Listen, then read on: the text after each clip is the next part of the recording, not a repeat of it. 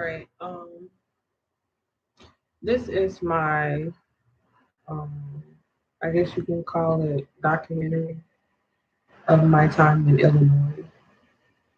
Um, my name is Fabian Shante Cowards originally.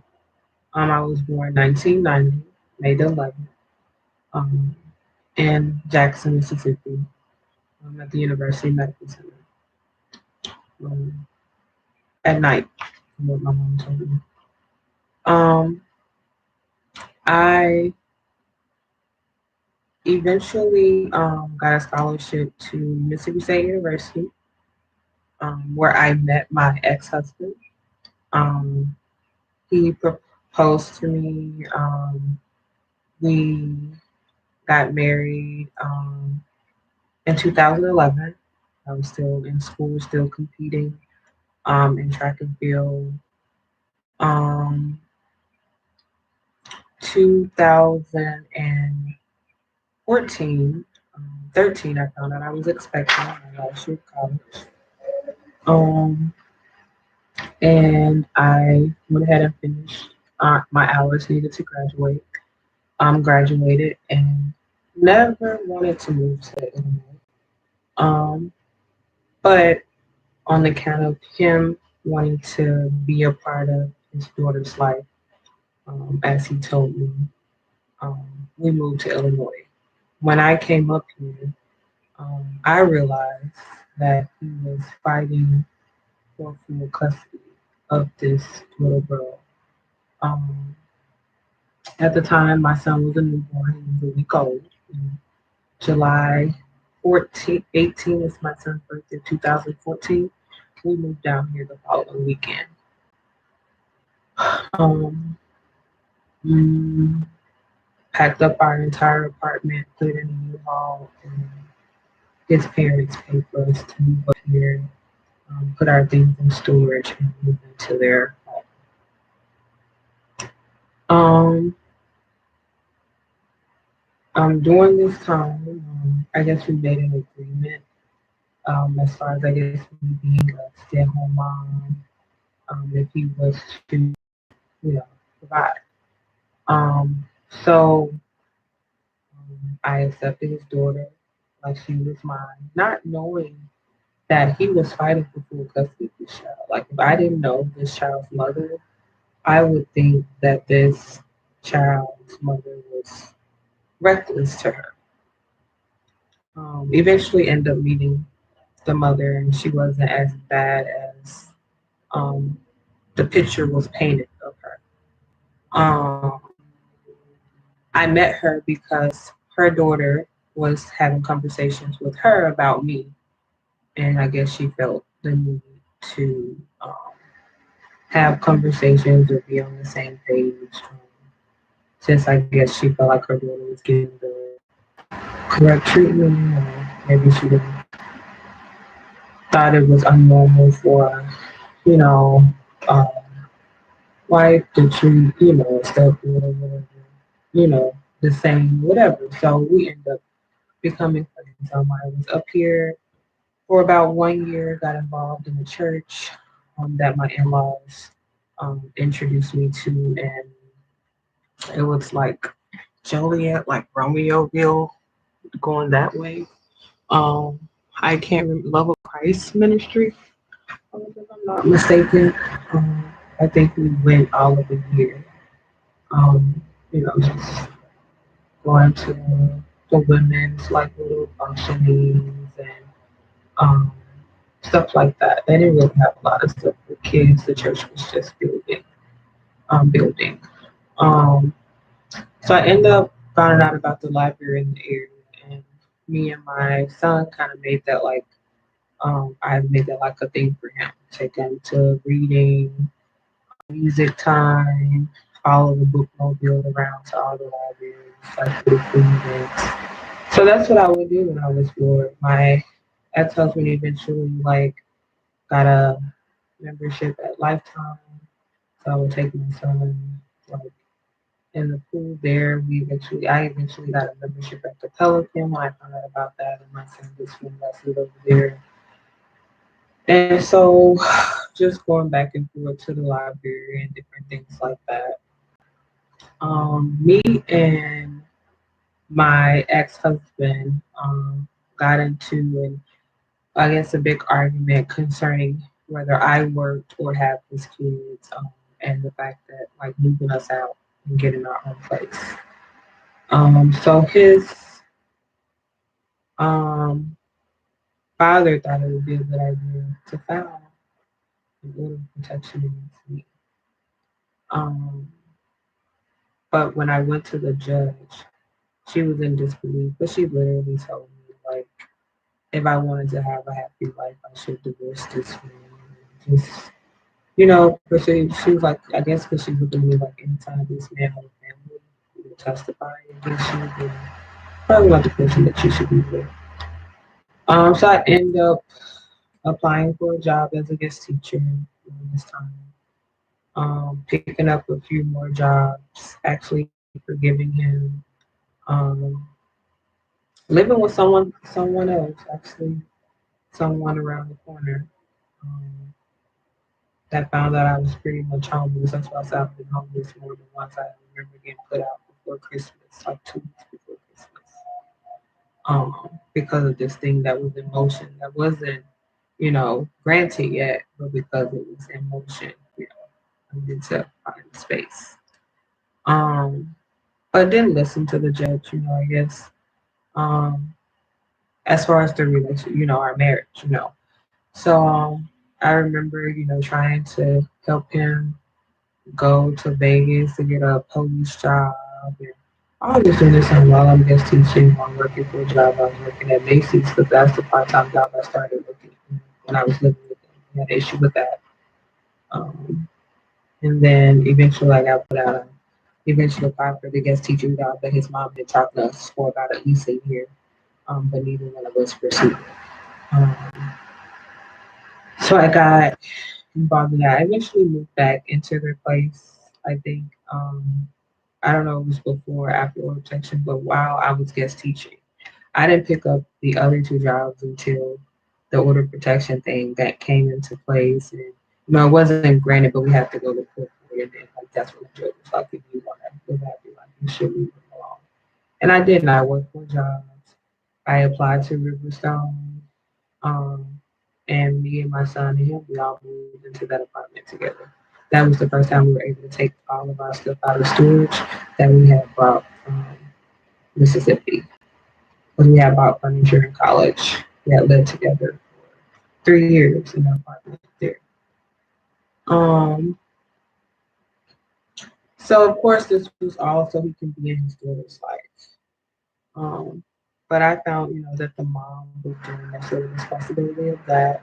Didn't really like it that I took any responsibility at all in that situation, even though he felt like it was mine and kept pushing it up on me. So, it was just a lot of baggage, a lot of entertainment, um, nice restaurants and stuff like that, but just a lot of, you know, I don't even understand.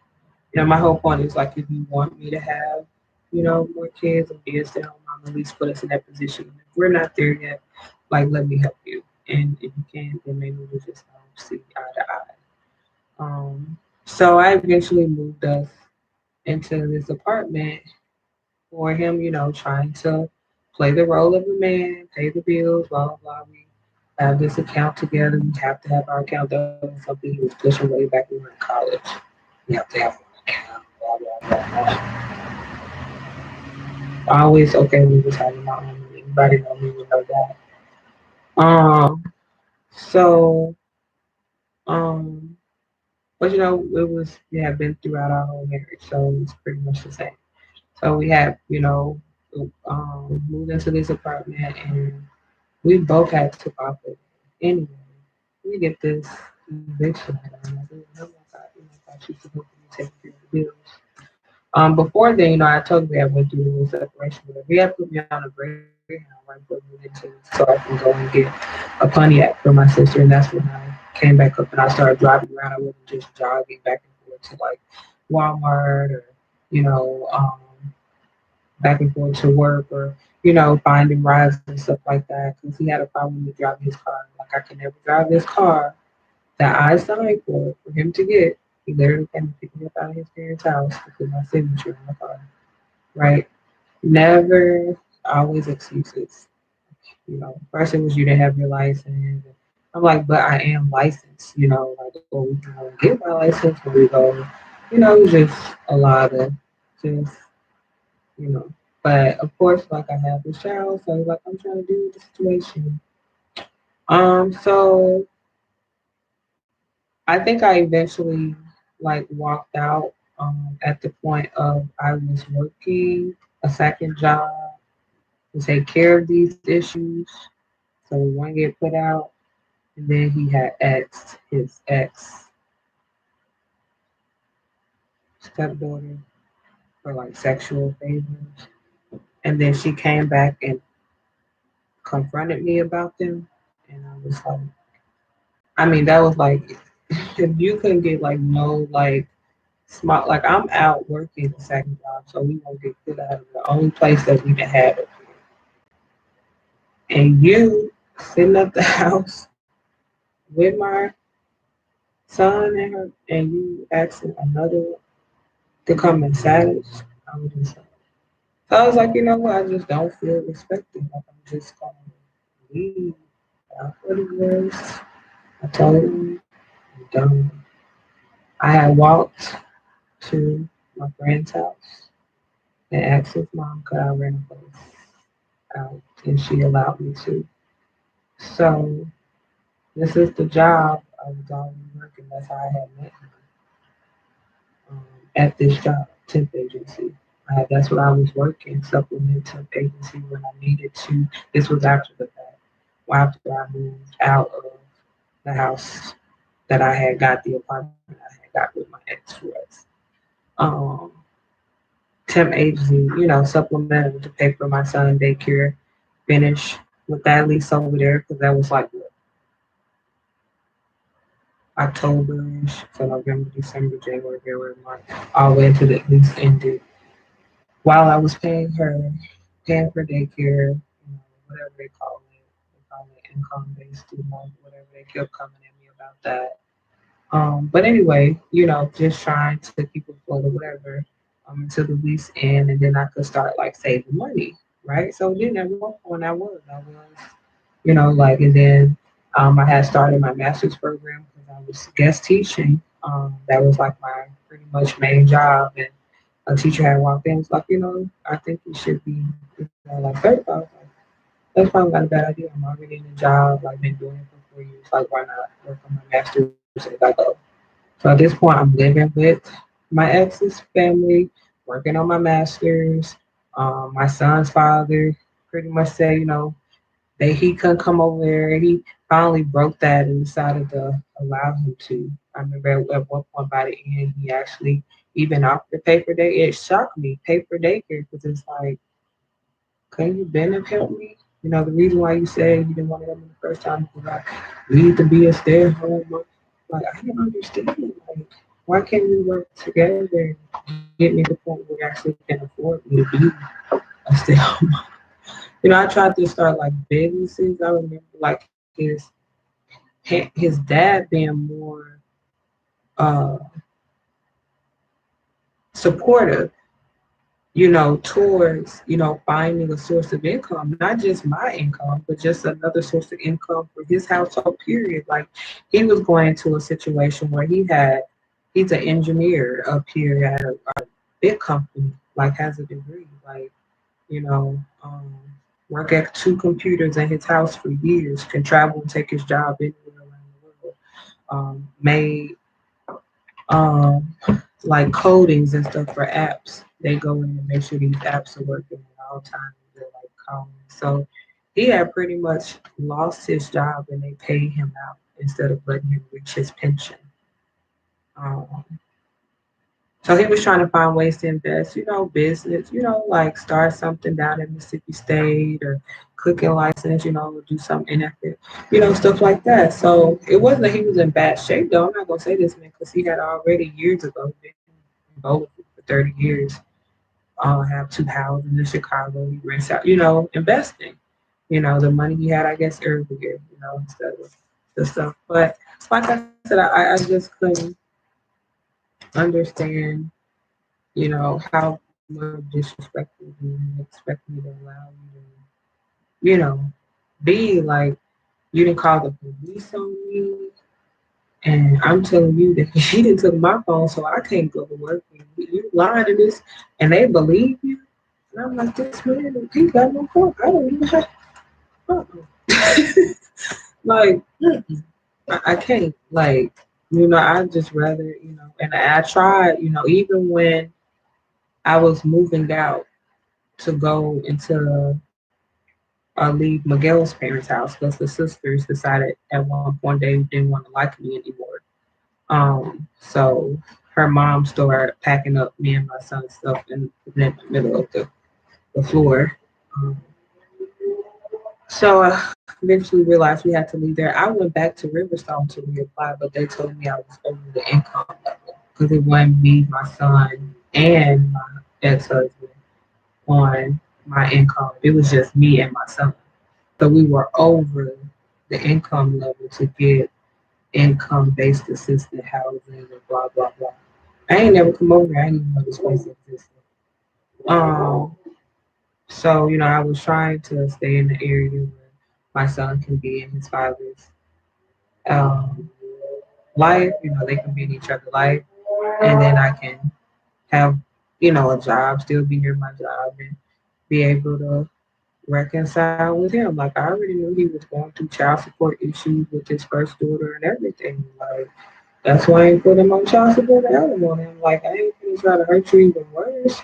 If you're trying to get out, obviously you can't take care of me, but like you still have your daughter and son, like so eventually, like I said, I started working on my master's while I was living in my parents' house, working supplemental temp agency jobs and stuff like that. And he said he would stay, and I'm like, okay, I guess that's not a bad idea. Like, I gotta find a place.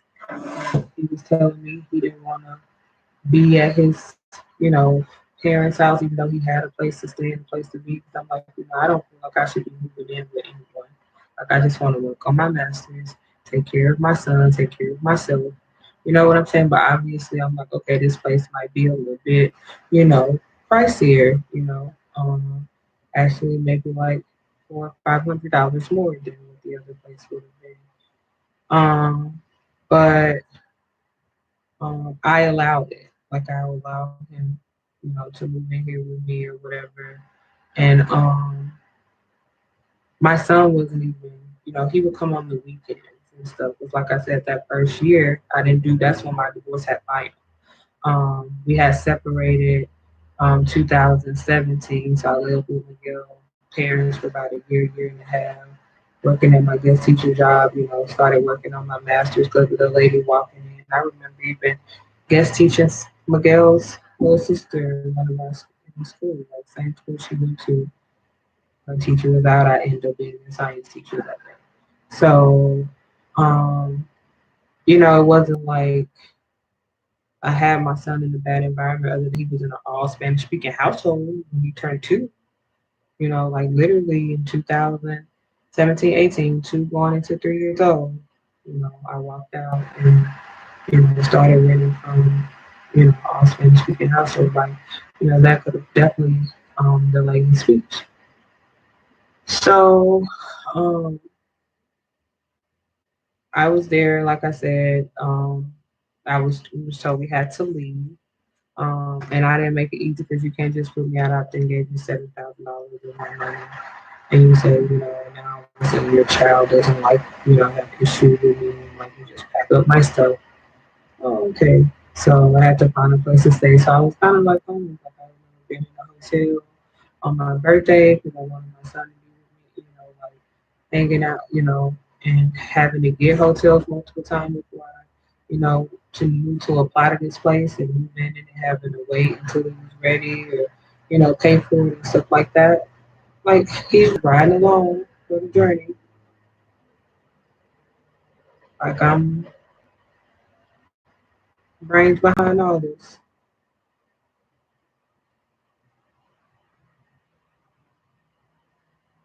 So we move in here, like my whole point was not to put my ex on any child support or alimony once the divorce was final, which was 2019. We had moved here December of 2019.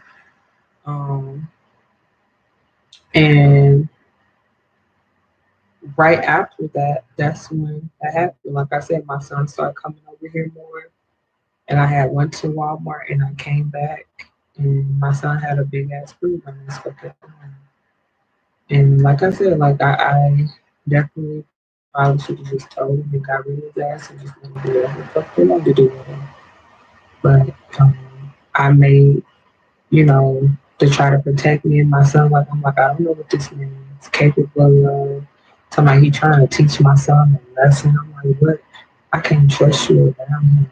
Like this is not okay. You gonna ruin my life, my child life, all of our lives.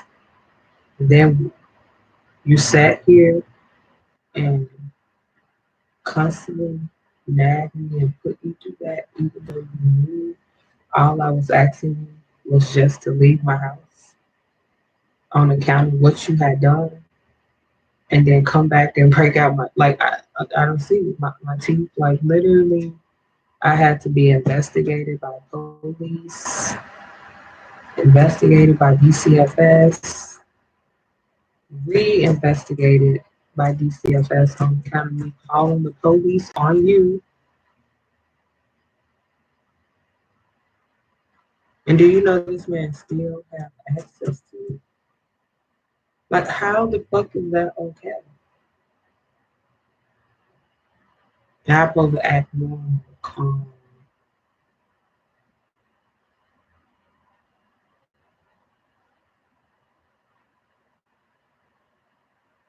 So that I literally went to his parents' house, screaming at his sister, his mom, please come get this man. I don't, I can't trust him around me or my child. Told his grandma this. His grandma told me the night she was taking me to go get my clothes from my old apartment to marry the date. She said, "Child, she said, hold on." She told me this. And I remember going to get her because I know where she stays. I done been to their pool parties and Christmas parties and all of this. They invite me. I was living in the house. They do kids back to school for the neighborhood. And then, well, I obviously we eventually started dating. I failed first. I don't know what the hell I failed for.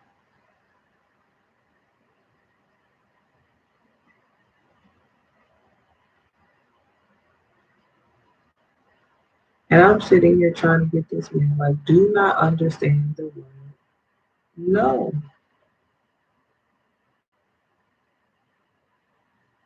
I have video. Yeah, it was like so this is me in Walmart, January 5th, 2018. Um, it could have been maybe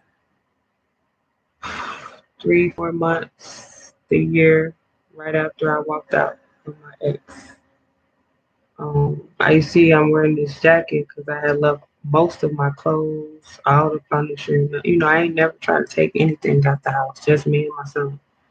I literally was just looking to file a divorce and start over. My hair, like, it's short, now, but like, it was longer than it had started to. I think I was just a little stressed, but I don't look bad. Like, I was in a good mood at Walmart. This me taking my son to the ball factory. This may have been like a day later, but we always used to go to these little places, little Nike Sports Center. You see him? Oh, I ain't even put the thing up. So that's me in 2018, maybe like 4, like I said, months after leaving my ex. Like I said, I got a new jacket. I had left most of my clothes and everything. I ain't buy them, try to take furniture, none of that. I just got what I needed and, look. So this me maybe like a day later, I had took my son to this uh, jump zone. It's like in Naperville. Go pay like $10. You can just jump around, do all types of little what you call it, like jungle gym stuff. You know what I'm talking about? Little obstacle courses. That's what I mean. Those things. Airtastic. That's what it's called. So that's us tripping out. This him. He like to swim. I say swim lessons, all that. So this him at Pelican, about to jump in the water. God move away from him so he can go get to the side by himself. Cause that's what they taught him to do. He had swim lessons when he was a baby. But look, just be fine. Wiping his face off. It's 7:46 p.m. Oh yeah, I used to go to the little aerobics classes after I would go lift weights, put them in daycare. After I got off work and picked them up from daycare and stuff, I would go lift weights, then take them swimming. Then that'll be the end of the night. He'll eat, get ready for daycare so he can go to he was in Valley Early Childhood Center. February 8, 2008 at Walmart grocery shopping. This guy, he taking pictures of me. He with me, my friend. Okay. This is me at work. Somebody's school. We don't even know. This me at Juneteenth that year. That was like, one of my I've, been new about it, but that was my first time seeing like somebody celebrating. Like we celebrate Martin Luther King Day more than we celebrate like Juneteenth and stuff. We do parades and stuff for that down there um, for Martin Luther King Day. But I had went to like a festival in Bolingbrook, so that's the 16th. See, my son went with me, so he must have been. Yeah, I remember around 2017 though when I first that. Oh no, he had to be. He had to be because my at one point, no, because my ex was still in that apartment. Right, he didn't move out till 2018. He moved out in 2017. No, he had moved out July 16th in March of 2018. The lease would have ended. So this is June that summer. So yeah, at one point he had moved back in with his parents, and his mom was saying that my son couldn't come over there. So all that school year and stuff, he never went and seen his daddy. I would like have to meet him or just little dumb shit. Um, that's me in Walmart again. This is my son first day of school of kindergarten, 2019. This is when I, put the parent in place. I'm going through the divorce and all of this stuff, showing up at the hearing. Put the parent in place and plan that no child support, no alimony. This is my ex. Um, got ex-husband, took him to school and all that. So he had him, put the parent in place. We finally had agreed, over the summer. Yeah, I started getting them a little more and stuff. So this is me September 2019, working at my school job. I'm here trying to get my bills stable and stuff. Me working September 2024, another school, September.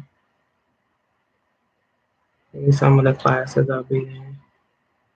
October, another class. Um, but like I said, my ex is the caretaker. He would come, my son would come over on the weekend or something, or I would pick him up. See, October 27th. See me with me and Miguel. There go Miguel right there. Russian C 27.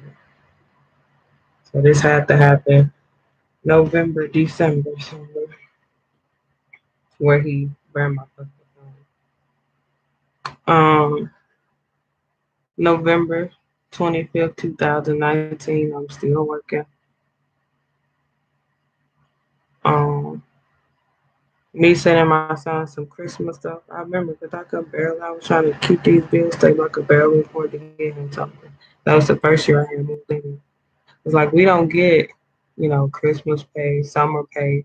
We have to make up for that on our own. And then when I first go in August, you only get regular pay. You don't get double pay until 60 days later. So this me meeting them January 2020. This was after this happened. Yeah. You see, me and my son, ice cream and stuff. I'm at this point, I'm trying to get this man out of my house. This is October, so it had to be between the beginning of November or December, where I went to Walmart and I came back and my fucking son was burning. So that's when I start going to his mama house, going to his grandma house, trying to get him. His mom eventually told me to call the police. But see, I'm still meeting my ex-husband to go and see my son. I don't want my son at my house, but I'll come and meet you at Chuck E. Cheese or meet you to get shot tacos because I don't want him around this bullshit. I don't trust this man and I don't trust him around my son. So I meet him. That's March 2020. A couple of days after this, my teeth got broke. Right up in here, right up in March. I was missing a few days of work because I was sick. And then, bam, the pandemic hit. March 17th of 2020. I remember that I was sitting at Jane Addams. They told us we're gonna be done working and need us for the rest of the year. They sent an email a day later and said they were gonna pay everybody but us. So we were on contraction, so it wasn't nothing I could do about it. That's March 1st. I was at Gangworks with Maya and CJ and myself, with his sister. I met Christopher. Like I don't think I told Christopher exactly what, but I didn't want my son around him, me, like I ain't trusted. I'm at Naperville Park, met Maya and CJ.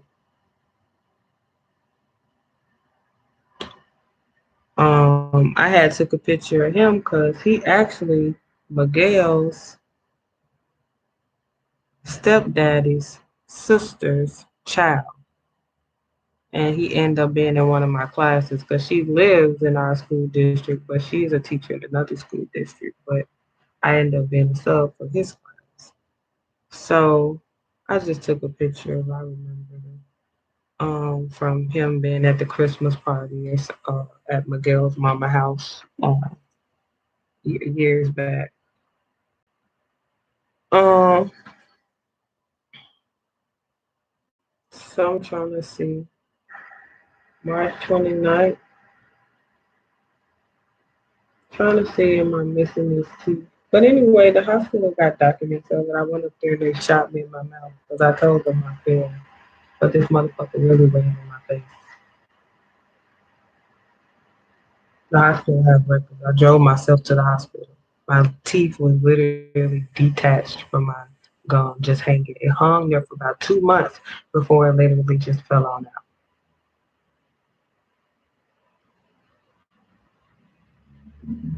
I went to a dentist. They took pictures of it and everything right over in Bowling Green. That picture because I was just trying to get a price. And he was like he would use my Medicaid for some of it, but I would have to come out like 3,000 out of pocket. Same thing that just went through this. Because now I remember because at that point I was mad. I was like, okay, the money. Um. So, oh, in December,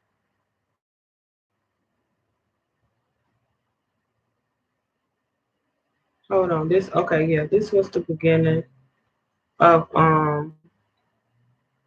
This is me. I've been calling the police on him since March, since my teeth was broken. My son ain't even with me. You see me, I'm going to meet. Okay, March 8th. That looked like outside my house. My son was with me playing. But most of the time, I'm going to meet Chuck E. Cheese. I'm going out to meet him to see my son. That's my son at my house, March 8th. I was feeding him an egg, trying to get him to eat something different. Him playing on his racetrack. He loved that racetrack. If I could buy some more pieces to add to it to make it bigger, that's his thing. In that marble run, he likes to build. I'll show you some ones he can build.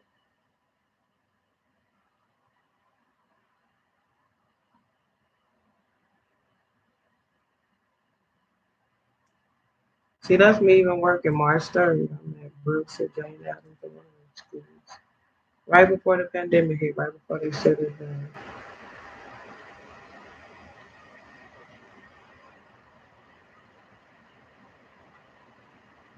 So this April 8th, by the end of my teeth have been broken for about a month now. In between that, I'm constantly trying to get him right now. This is my son, April 9th. He in the house. There he is, my little graduation hat on. He was playing. That's him building his marble on. He like to build them and then put all the marbles on there. See?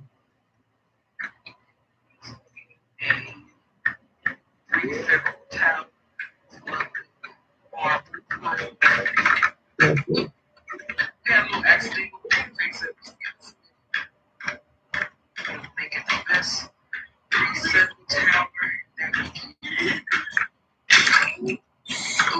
I think it's not good amount of money. Oh, he said now it's broken. He said he's having a conversation. God, it's broken. Did I ask him to say that? I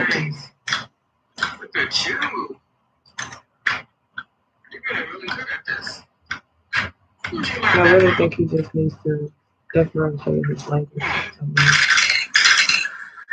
Not that he knows any more English than he knows Spanish, because both of them are progressive languages you learn as you go, words to find words. But the fact that he does or has experienced both, then, it needs to be separated and spoken about and discussed.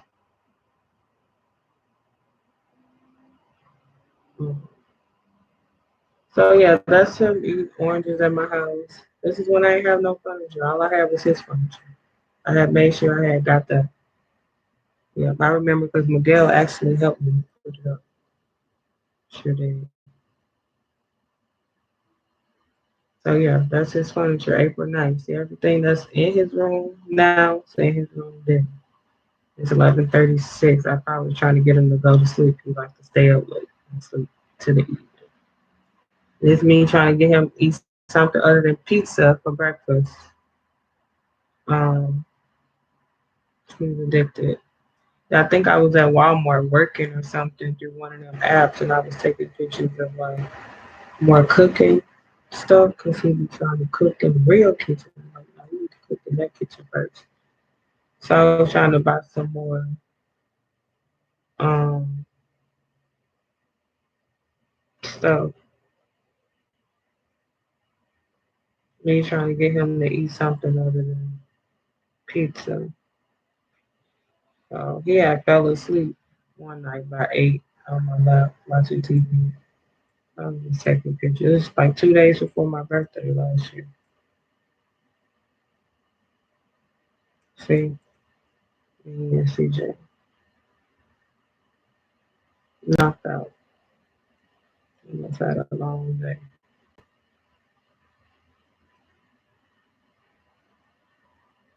That's him. He was with me on my birthday last year. I don't remember like buying balloons or any surprise. You know what I do remember?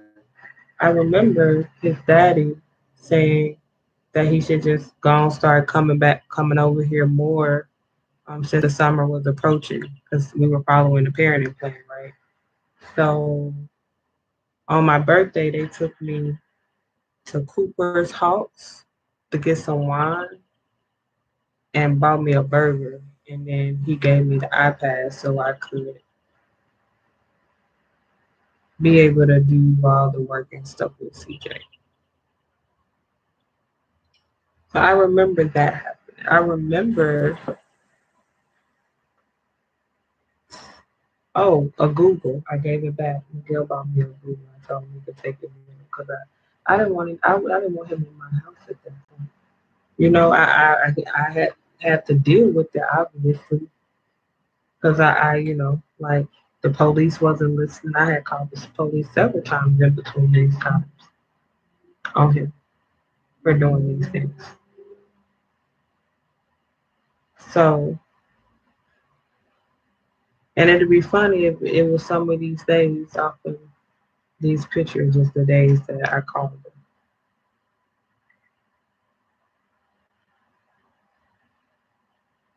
So at this point, my teeth is completely broken. You see, I have the fake teeth in my mouth. It's completely broken. So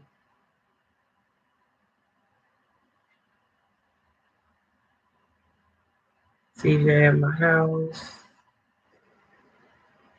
in summer on the iPad,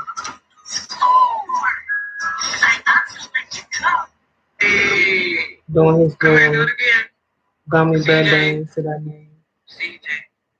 You know, at this point, I was sleeping in my son's room. I didn't want anything to do with this man. Seriously. I think I was saying CJ because he might have been going in the room where he was.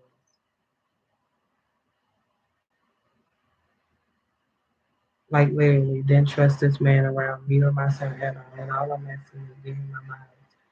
Oh, they couldn't help me.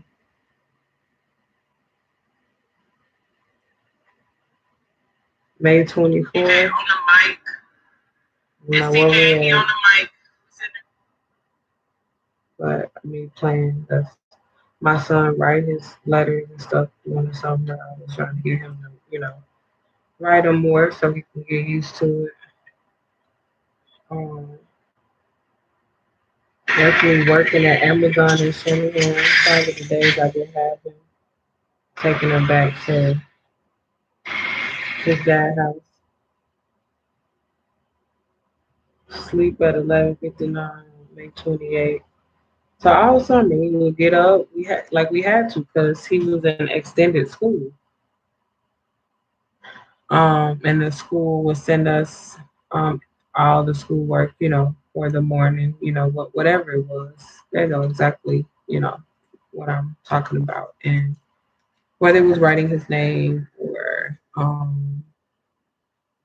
doing the gym assignments or music or um, answering questions. I believe I have recordings of him doing some of the schoolwork. He was reading some of the stuff in this little summer. Like I said, I this is me. He loves this little bubble machine. So I think I was looking for one to buy because he's been buying one for me since he was little. Um, oh, but that's him reading.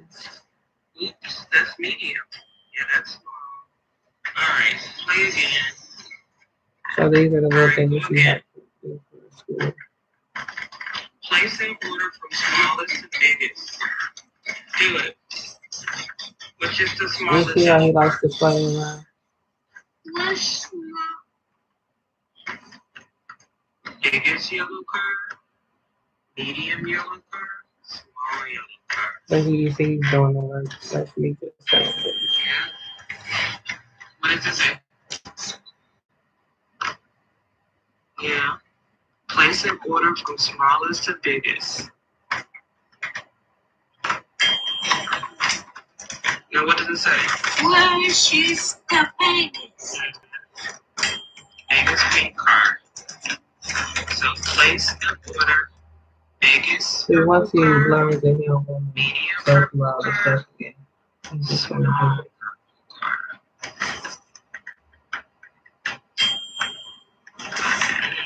What does it say? How do you know that? What does it say? Which is the smallest? Oh, yeah, small yellow card. Which is the biggest? Which is the smallest? So these are the things that he had to do over the summer that the school sent him, and so he would throw like little temper tantrums. I'm tired. It's 10 o'clock at night. He fights his sleep, but his dad already knows these things. He'll be a distraction and no, no, no, no, no, no.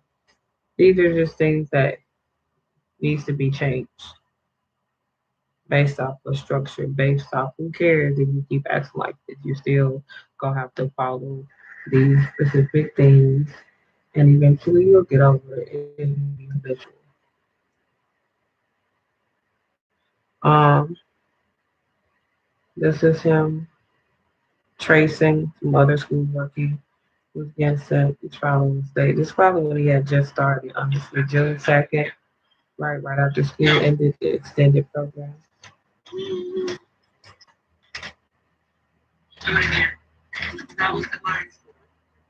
And so I make him do it over. If I know he's not putting as much effort as I think he's capable of, okay, do it over. Like, it's the best as you can. So while you practice, you get better. You see how he's doing that? Like, no, it's not doing that. It's like a V. It's not going like an oval. Do it again. I don't know. I don't know. You tell me if that's abusing or hurting or neglecting my child or putting him in any danger. I mean, getting him to write his letters, trace his letters. Like that's how we started writing when we were younger, by tracing the letters first. How to say C's, learn how to hold a pencil and everything.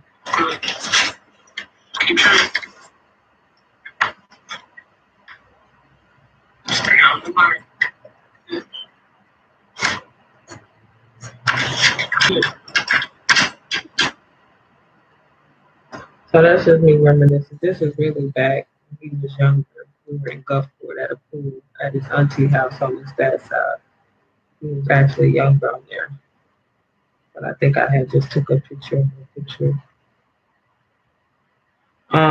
So this is one of the days, June 7th. See, my son is behind the police officer. I'm upset because this man is bothering me. You see him standing there, acting like nothing's going on, walking away. That I'm talking about. Real quick. But I've dealt with this since March. Not only have you put my son in danger, broke my teeth, but I'm still here having a visit in my apartment. And nobody's here, that's what I'm saying every time I've called the police. Way far before June 2nd. Okay, fine, you got it. Yeah, this is how.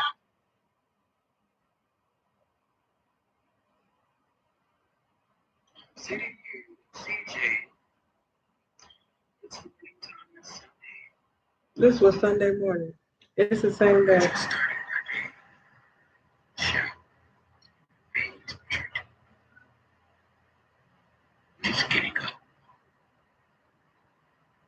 This is me with my son.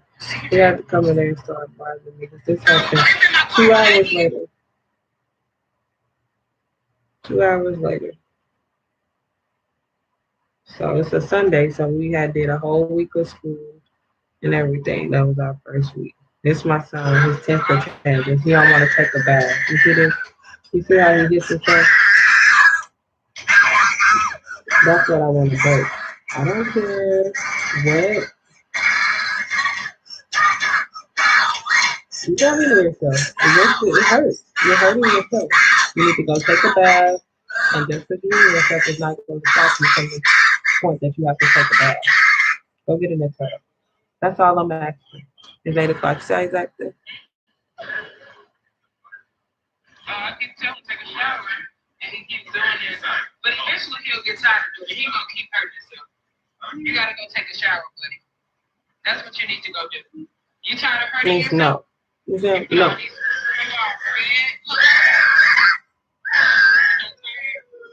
Because tired means go to sleep. And so that's why I want to go to sleep. So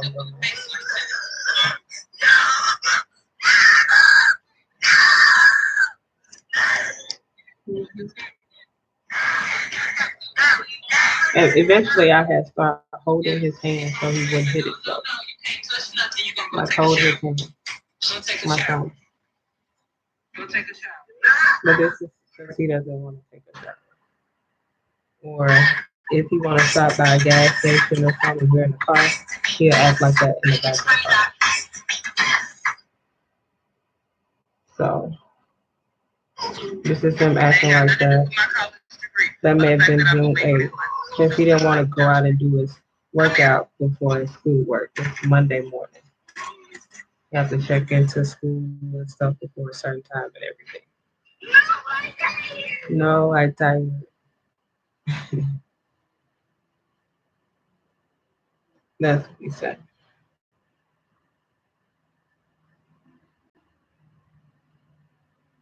Go ahead. Keep hitting yourself. Who do you hate? You don't hate anyone. You ain't old enough to hate nobody. Who did something to you? Somebody hurt you? Because that made you come outside and just sit down and exercise? No. I mean, sit down. As soon as I say exercise, no.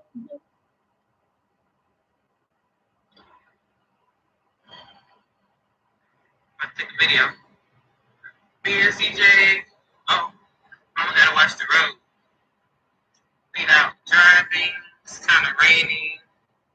Just making a little errand to get some dinner. Gonna get me some panda. CJ, really picky eater, doesn't really want to choose. He just want to go to gas stations every day. So K, Mobile, BP. I asked him, what did he want from Panda? I said, what do you want from Panda? No, not what, no. I'm going to Panda. I asked him, what did he want from Circle K? Or what does he want from Mobile? So I'm waiting for him to answer me. Because I already know. And let me know. I'm just waiting for him to tell me. What does he want? And then we'll discuss whether we can get that or not.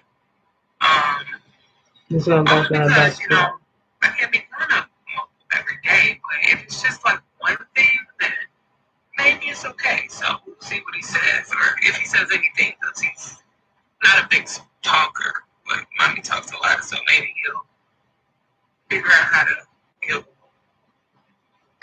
talk more like mommy. So we're gonna make this errand and stop and see the name of this job. The job that I used to work at. And then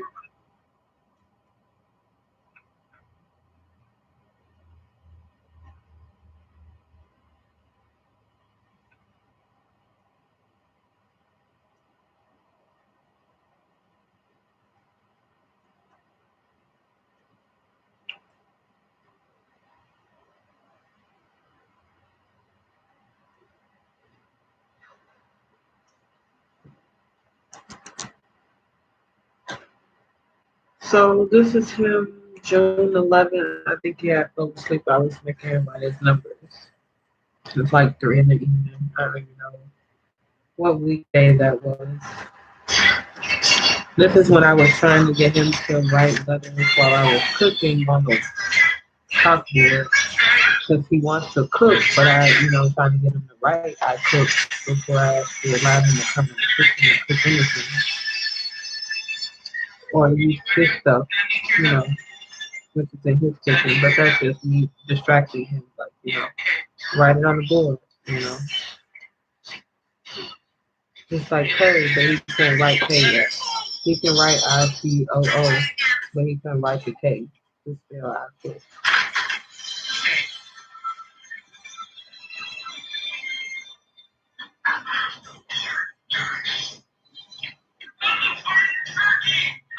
He writes I will. But anyway, I don't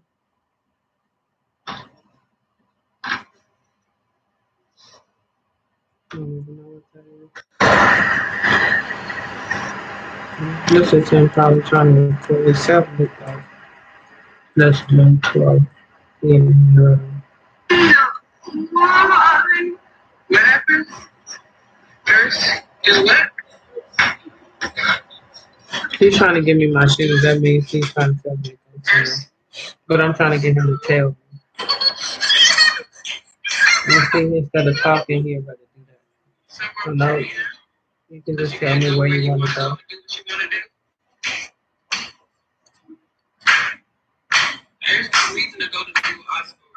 Oh yeah, Jewel Oscar. I call it, it's Jewel. She calls it the whole thing. But he's reading the name of it. Jewel Oscar. Because that's what the sign says.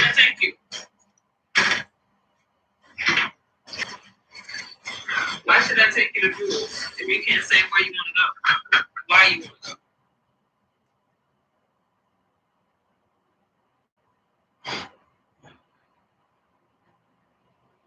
So I believe this is when I got locked out of my own apartment by the person who, again, harmed my son and broke my TV, threatened to break my us.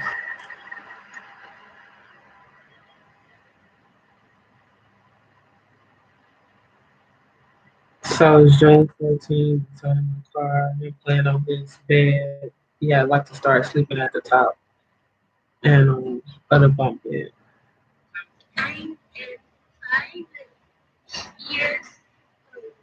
So we start going through the what you need to know for kindergarten information. I told him to start doing that a lot more during the week. How old are you? Your favorite color, your favorite book. You have wrote little, so I have wrote board for him. So I can put in you know, you need to know your address, blah, blah. So all this stuff is stuff I sent to state attorney, the judge, the order of protections, all of this, everything.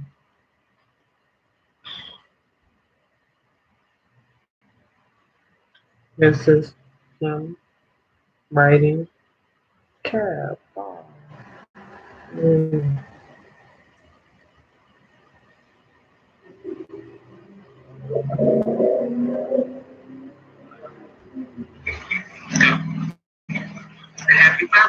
Oh, I was trying to get him to tell me his father.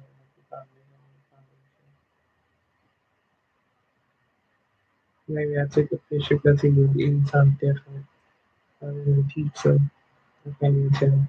Oh, right here he was eating beef. I don't make them nothing, but my thing is, it's whatever mommy goes to get that. Sometimes you can have a choice. I'm not gonna let you choose Cheetos and pizza every day, cause you gonna have to. We need to expand your choices. Cause Cheetos and pizza is gonna have you at a heart attack by two. So especially if you ain't moving around and being active. Um, so if I can prevent that from my child, then yeah, it's whatever mommy's eating. You have to try this. So if I went to Arby's and I got a beef burger for me, you're gonna have to try beef burger. Eventually you're gonna be hungry enough and that meat gonna taste as good as that pizza would ever to taste to you. So it's called survival. The more you put a person in survival mode, the more they'll learn in order to be able to survive.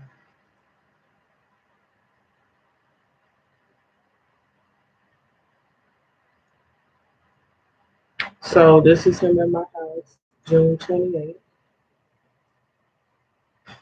This is leading up to this.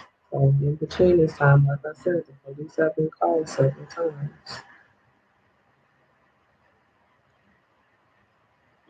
This is him laying. I fell out on the iPad. I had put the mattress on the floor. I don't know, maybe it was hot or something. I don't know. Him write his letters with a marker, a B, B, B. You know, he don't write and stuff. July 14th, Mount Vernon. This is when we were on our way to Mississippi. Yeah. So supposedly the only reason why I was able to go was because I said CJ was going anywhere without me. No, you were gonna take CJ to Disney first of all, and you had invited me so I can keep an eye on him because you wanted to do something really nice for his birthday. for yourself too, because you want to just take the CJ to Florida. But when you realized it was so pandemically affected, you settled and went to Mississippi. So, you're going to try to make it seem like I forced myself to, go with you. If you wanted to go without me, you mean tell me you would came over here and picked me up and allowed me to put my stuff in. You have CJ. You could have left and just went. I already agreed that you could do something with him. It's not like we did. Because, you're supposed to ask for permission if you take the other child out of the phase for order supposedly. You know, like the other parent is not supposed to be unaware if you take a child so many miles away from them. Um, so anyway, we end up at the Memphis Zoo. Took the kids to the zoo. Maya and CJ. Um, that's CJ on the little thing. Maya on the little thing. Me and CJ taken by he liked giraffes. He's one of his favorite animals. A giraffe. Um, him on the, because I was going in the little workout room and working out. So he would come with me in hopes that I'm taking him swimming. Not that he really want to work out, but it's in hopes that I take him swimming after. So he got on the treadmill and went running. So that's him messing around on the treadmill. So now, of course I'm motivating him. Yeah, let's go get you a sweater. His dad is showing them the football stadium from the hotel. That's Maya sitting on the bed. See how far I'm taking pictures of them. And he was showing. He was on campus showing them where we went to school and stuff at. Then we went and met my family. See, I had took my nephew and all them swimming. He don't like to take them. He don't like to take my son swimming. He wants my son to play basketball. He cares less if he's swimming to play baseball or soccer or piano or singing or play art or whatever else he might interested in being artistically doing. Because whatever he does want to do, I'm gonna support him. But my ex-husband realized that he play anything other than basketball. Um, so that's me and my sister and my family. My mom was cooking. We were head out, came um, to her house and my brothers and stuff and visited all that. And so that's my son and his sister at the hotel and they're watching a movie or something.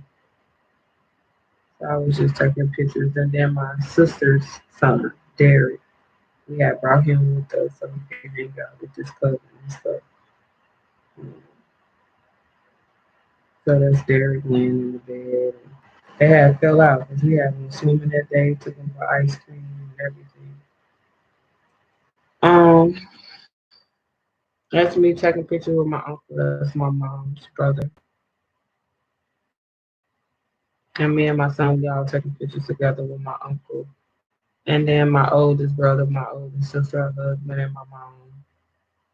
My middle brother, well, he the baby boy, but he always called me the big sister because he said the big sister was bigger than the little brother. But he actually older than me. But because it's three girls, so he the baby boy, and my little sister baby girl, and then I'm the me baby girl. And my little brother who passed away to me baby boy. And then they like mom and pop, like my older sister. Um, so they had took a picture out of me and together.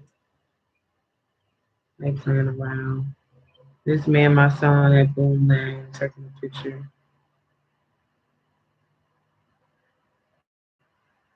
So we had came back. That's July 23rd. That's him in my house eating Chipotle. Remember, I was trying to get him to eat different food. So let's try something different. We went to Chipotle that night, I guess. These are like the letter and number books and stuff I had bought him. So we can work through them little by little. Just, the more and more you do, you get used to it eventually. It's me trying to get him to put on his shoe and tie his shoes. Like, ain't no point way my ex-husband buy him all these Kyrie jewelry and all this, and you can't tie your shoe. Well, you need to you see my ex in the background surprised that he doing it. It's been a distraction for him. Not you know what I don't need that. Oh, he's doing it now. Yeah, that's what he's supposed to. He's supposed to learn it and should do. I don't care how old you are. You know, only America puts standards on. Oh, by age two, you should be doing this. By age three, you should be here. By four, and if you don't meet those, you will never meet them in your life. No, you'll never meet them because you chose to stop. So, anyway, I come back. This is August 31st. You see this? I've been asking this man to get out of my house. I don't trust you around my son. I don't trust you around me. I already told my ex, he trying to help me move out of here. I can't do this no more. Please leave. You see how you threw this shit all around my house? He was in this room. I have been sleeping in my son's room since this happened. The whole time I'm calling the police on him and stuff, I'm telling him, I'm sleeping with my son in this room. At one point, after he had threatened me, I had started putting that little kitchen thing behind the door and keeping me a little knife in the little box. Because I don't trust you, sir, at all. The little box is the little trampoline box that my son is. I kept it in the cardboard box, so they put it in the little box.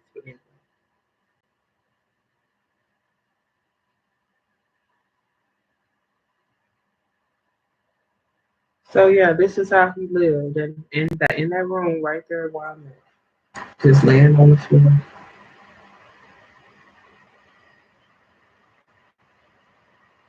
Telling me he ain't got nowhere to go, no help, all that. My brother had sent me a picture. He didn't even know I was going through all this shit. Because he had just went back to Louisiana. He had came to visit us, but he went to go and see his daughter graduate because that's where he resides in Louisiana.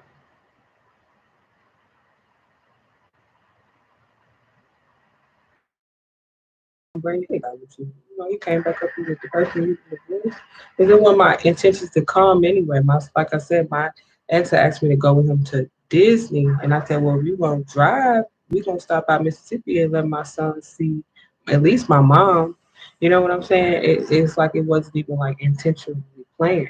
So it's like, I thought you was, like he thought I was gonna drive down there myself, and I was tell, like I'm trying to get this man out of my life because he is literally, you know what I'm saying? But it's like my brother done been through enough, and I ain't gonna, tell him something to make him feel like he needs to handle it or put it in his hands, like, because that's one, you need me to come up there and take care of that, like, no. Mm-mm. So why even open that door and say, like, oh, the reason why I ain't bring him because I really don't want him in my life. Like, I had no intentions of even coming down here, you know, with this situation going on at all. Um, but of course, if my son have a chance or I have a chance to go and see my family and he can spend time with him, I'm down for that. Of course I am. Who wouldn't be? Then my son go down there and open up more than he ever opened up. With that same thing of me not even pushing him to um, re-conversate with me. You know what I'm saying? For him to come up with his own conversation, his own thoughts. He started to do that even more in Mississippi, and it shocked the hell out of my um, son's his father. But I was like, he's just around people that are like me, and so he feel more comfortable. You know what I'm saying? To want to express himself or even say anything like like it's not weird or whatever.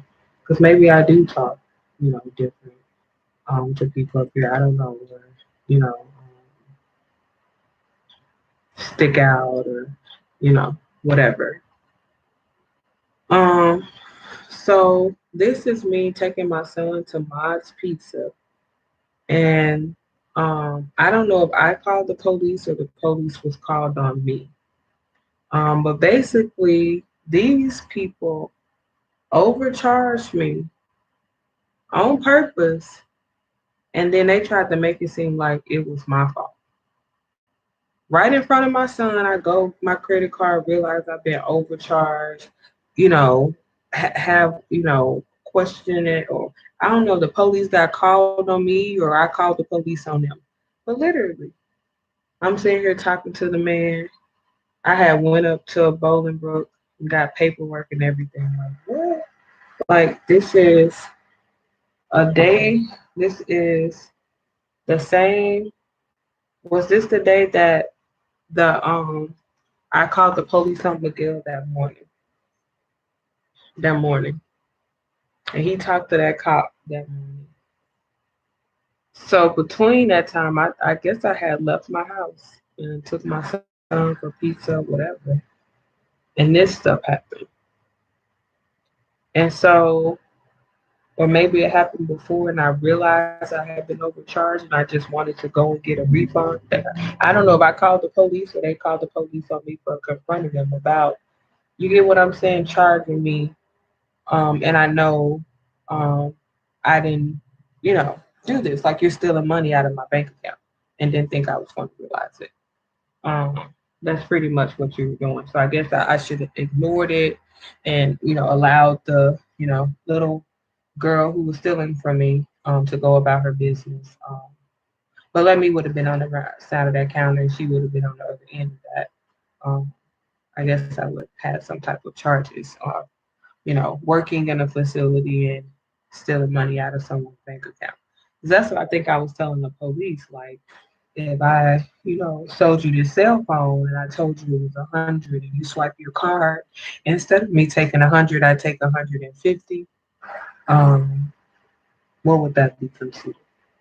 You get what I'm saying? And it probably won't that be different. But if I swipe my card and you tell me I'm being charged for this, and you charge me for 5 or 7 extra dollars, you just tipped yourself, lady. And I ain't asked you to do anything. I ain't wrote no tip. You get what I'm saying? If I did, right, you over tipped yourself. And you can't say you didn't, the numbers were different, or, it didn't add up. I had the receipt and everything. But anyway, um, I back at the house. It's 6:56. This man irritate me. Have to be because I'm recording him. Look at this. He's crying. I'm gonna call 911. I've been calling 911 to get you out of my house for how many times? When did you ever call 911 on me? And for what reason? For taking care of my son, because that's what I've been doing all summer, as you can see. As you can see. We're trying to make him learn his letters and eat different foods. Definitely not neglecting him or putting him in any danger.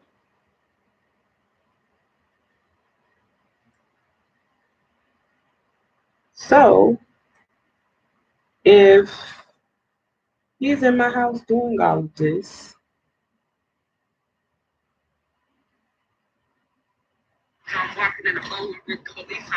that's me upset because these people have flipped the script and made it seem like it was my fault for confronting a woman who's literally behind the counter taking extra money out of people's bank accounts. I thought that was absurd. You see this? I have nowhere to go. I dealt with this all summer. Please get out. Leave. Touching me, following me around the house. You see, when I videotape, it's like he's walking away. Right now, I don't have anything. I'm keeping my distance. I'm not videotaping. If I go in that corner, he's in that corner. If I go in my son room, he's in my son room, touching me. Get away from me. You're too close. Leave me alone. I don't want it. I don't want to have like no problems inappropriately. Like, this is okay. If I don't want you touching my hand, what you make you think I want you touching my privacy or my breast, running your hand across my breast? I ain't reaching for your penis. I'm not initiating that I want any. You get what I'm saying? Um, Pleasure from you at all. I'm not giving you that idea. I'm walking away from you. But when I start videotaping it, then you walk away from me. But why are you crying and all of this in the first place? Because I'm asking you to leave my house because I don't trust you around my son and you don't understand the word no. And you rather get up and distract me and follow me from room to room and touch me in the puppy in front of my son. One time he told me in front of my son, tell my let daddy first come and see mommy first. Not that my son even know what that means, but if he fucking did.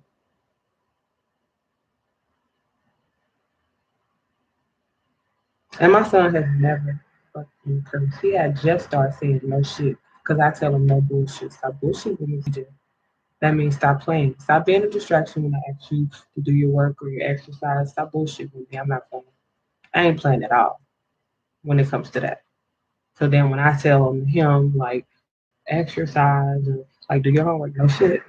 He'll say no shit, no shit. He had just started saying it last summer in here. Never cursed ever in his life. And quick to tell you to take him to BP, Bobo, Chuck E. Cheese, go enjoy Osco, know exactly what groceries he want to get, all that. Be looking at you for the debit card and everything.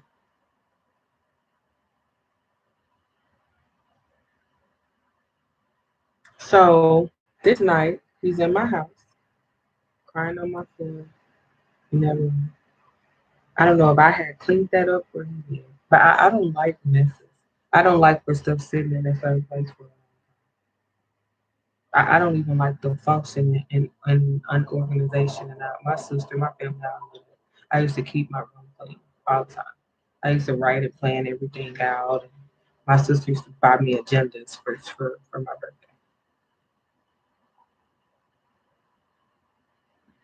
So I don't know if I or what, but he was I don't know what that means, kilo something, but he was saying something in Spanish while he was crying. Maybe I need to get a translator and get the find out what that means. This is him threatening me in my son's room. But he had done this multiple times. I remember one time calling the police on him for him standing in the door just like this while I was trying to put my son to sleep. And I was explaining to the police that he keeps harassing us and won't allow me and to put my son to sleep that night. You see him threatening me? Now we're done. Now we're done. Yeah, I'm going to video because you're standing at my son's door and you won't leave and you're looking crazy and you're sitting and those looks I've gotten a lot. And you're going to lie. That's how much you need to get out of my face. Like, no, why are you looking like this? Why are you talking like that? I don't want to be in a relationship. I don't trust you around my son or you. Can you please just get out of here? I'll pack up your stuff myself and drop you off at your parents' house. Please, please. Went and sat in front of a detective about that. I sat in front of DCFS about my son because I'm telling you that you need to leave my house nicely. You serious? You are standing at my son's door right now. So if I call the police, you're the one who broke my teeth out. You are the one. You're the one who burned my fucking son. Yeah, you are the one. And you're still sitting there. And whatever you done told these police, then they didn't indicate me for.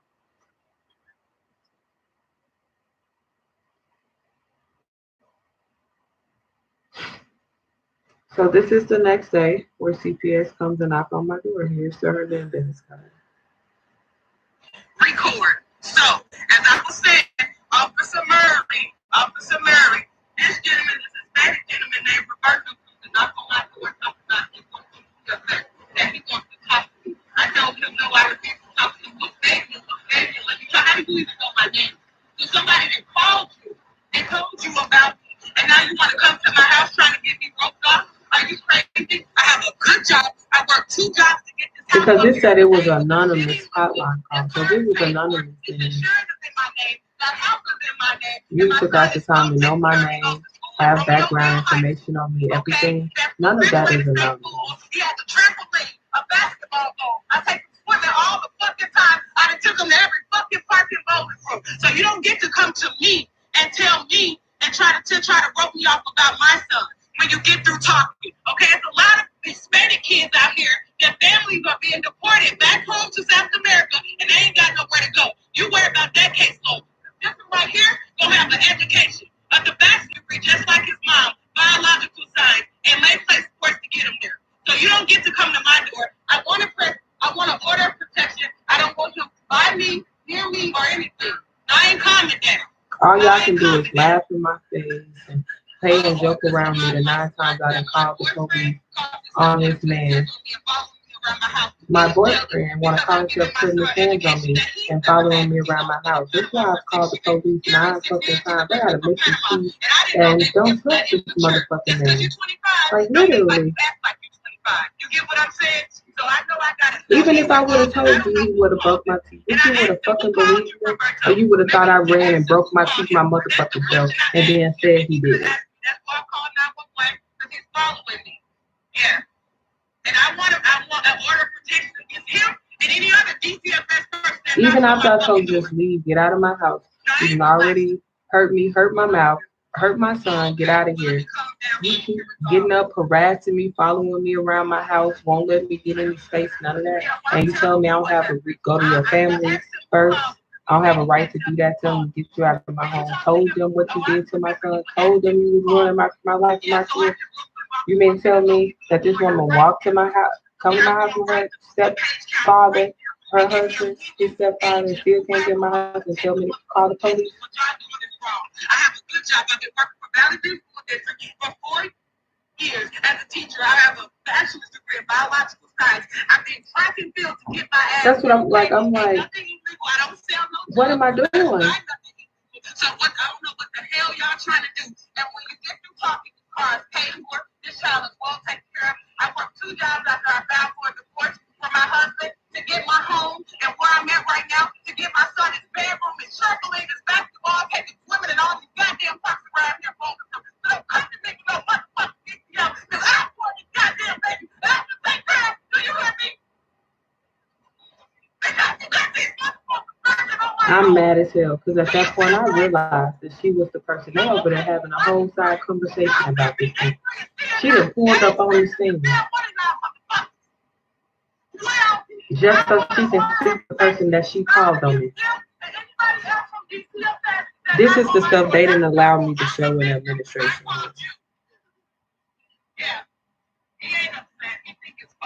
They're trying to say he's upset. He's laughing. If you give me a second, I'll be happy to tell you that I called CPS on you after speaking to your ex-boyfriend the day before yesterday when I arrived on the scene. Okay, come on. And he came into your house and he told you exactly what we were going to do to you. Make sure you never see your son again and work in warehouses and factories like everyone else. No problem. Okay, sure was. And I filed an order of protection against him, and I'm getting him put out my house. Okay. So why was I independent? There's no need. Okay, well, I don't want the check. No. You hear me? I don't want Miguel to needs to be arrested. Miguel needs to go back to Panama because he don't know the U.S. fucking federal government rules. Yeah, and he's back out. So he got arrested yesterday. Like they took care of it. And that's a lie because they ain't got no damn gun. Oh, the other thing is, just really bluntly, really nonchalantly, Miguel said that you had a gun. Really nonchalantly. If that was any fucking truth, that should have been the #1 motherfucking thing on your page. Right? Gun with no forward. If that was the fucking truth, that should have been the #1 shit on your page. If Miguel felt like his life was in fucking danger, why did he show back up in my house that night in those videos I just showed you the night before this happened? Why was he at my house? Why did he leave and 2:00 p.m. CPS show up at my shit while I'm taking me and my son to go wash our clothes? He left on his own that day. I didn't have to beg him to get the fuck out my house and stop following me around.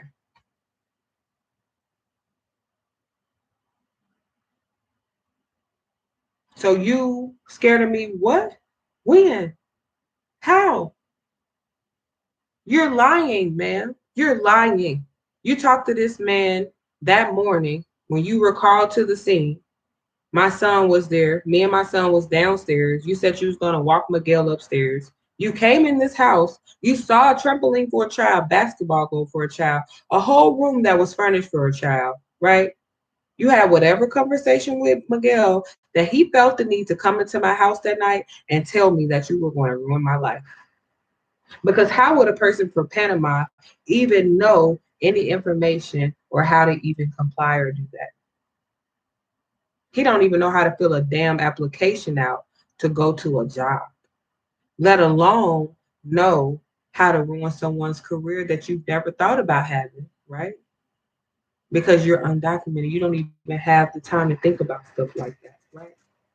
To even know the policies and rules that if you were even working in those type of jobs, what sexual harassment or what all these things is that can be, placed upon you when a person really works for a company. How would you even know these things? You work at a temp that barely runs your background check, let alone an ID or anything for you to work.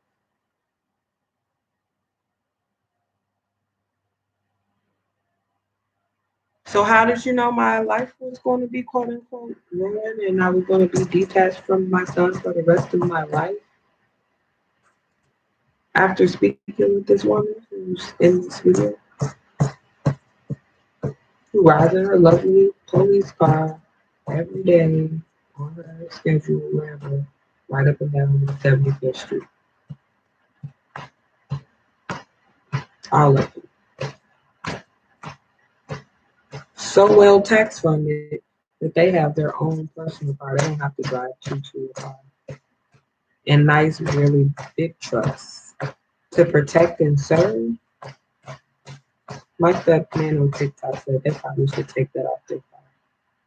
It should just say based on the situation or based on the ethnicity or based on whether I think it's unethical or ethical or normal or unnormal or fit my policy or don't. The policy I made up for America's police and CPS, not the one that everyone should go by.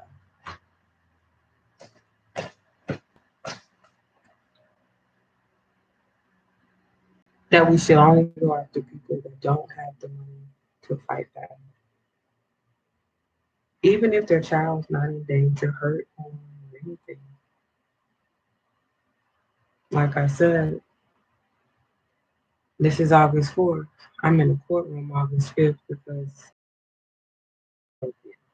that's what he says. And my connection is a little bit unstable, so just in case I get, um, you know, um, cut off or whatever. I think I'm gonna take this and then send it to my Facebook Live. No way to be posted on there too. Um, but yeah, so this is me. Like I said, I answer all their questions. Oh, does he have any family to go to? What school is he in?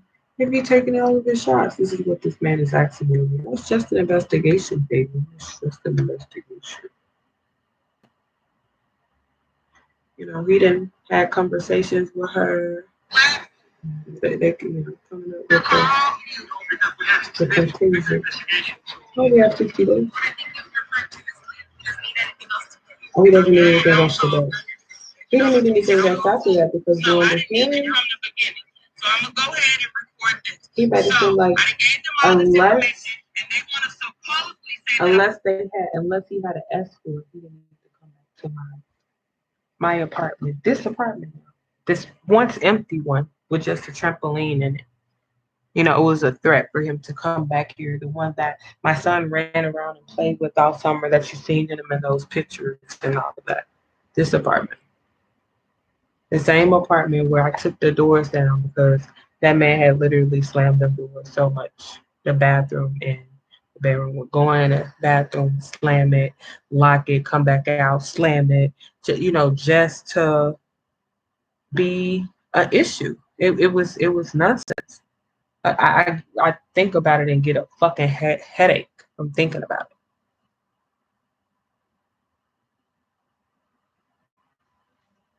I'm putting my son in there. I'm not putting Does that my look son like in anybody danger that's at all. scared of And I me? don't want DCFS Because to in the hearing, investigate me because he I'm act doing like he every was really fucking thing scared I of need to me. do for my son and more, way It's more just than an a lot of these investigation people do thing. for their You own see him son. hiding Okay, behind the I'm not curtain. Why accepting you no want me to paper. investigate? You can show, you can I record don't the know paper any if paper. you I don't want to like, talk to you. but I don't I'm want not you to accepting investigate the me. paper.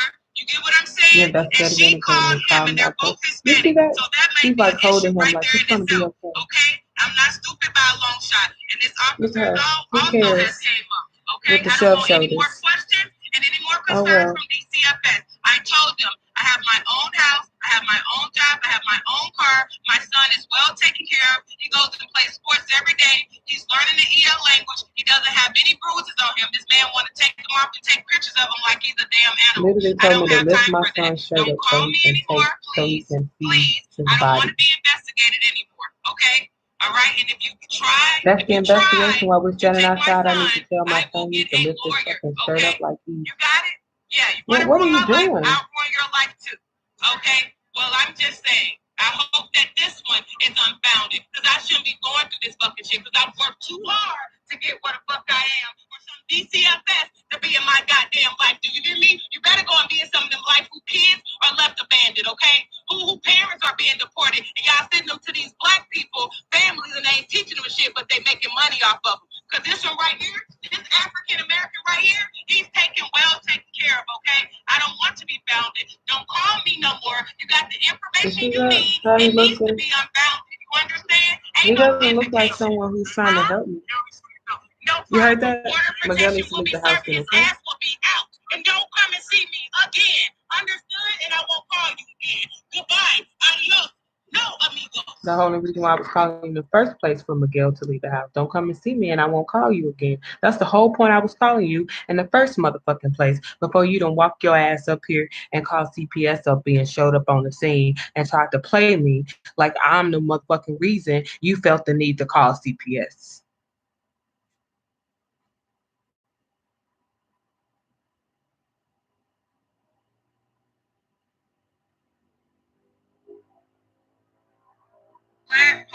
Don't watch me.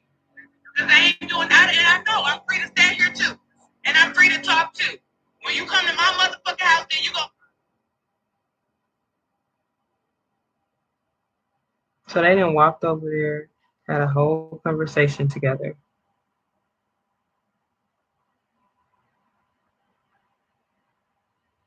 Look at this. You see that? The police officer, DCFS, she's standing right beside the DCFS officer that she called, so they can come up with their lovely story. Look at that. Am I not recording it? They don't look acquainted. Look at that. They didn't want me to come so close and record them. So they went their separate ways. And she made sure she eye contact him. Goodbye. And then looks at me videotaping while he's walking with his head down, getting in his car. And that's me going back to my car. And as you can see, where's my son in the back seat with his seatbelt on, waiting for his mommy.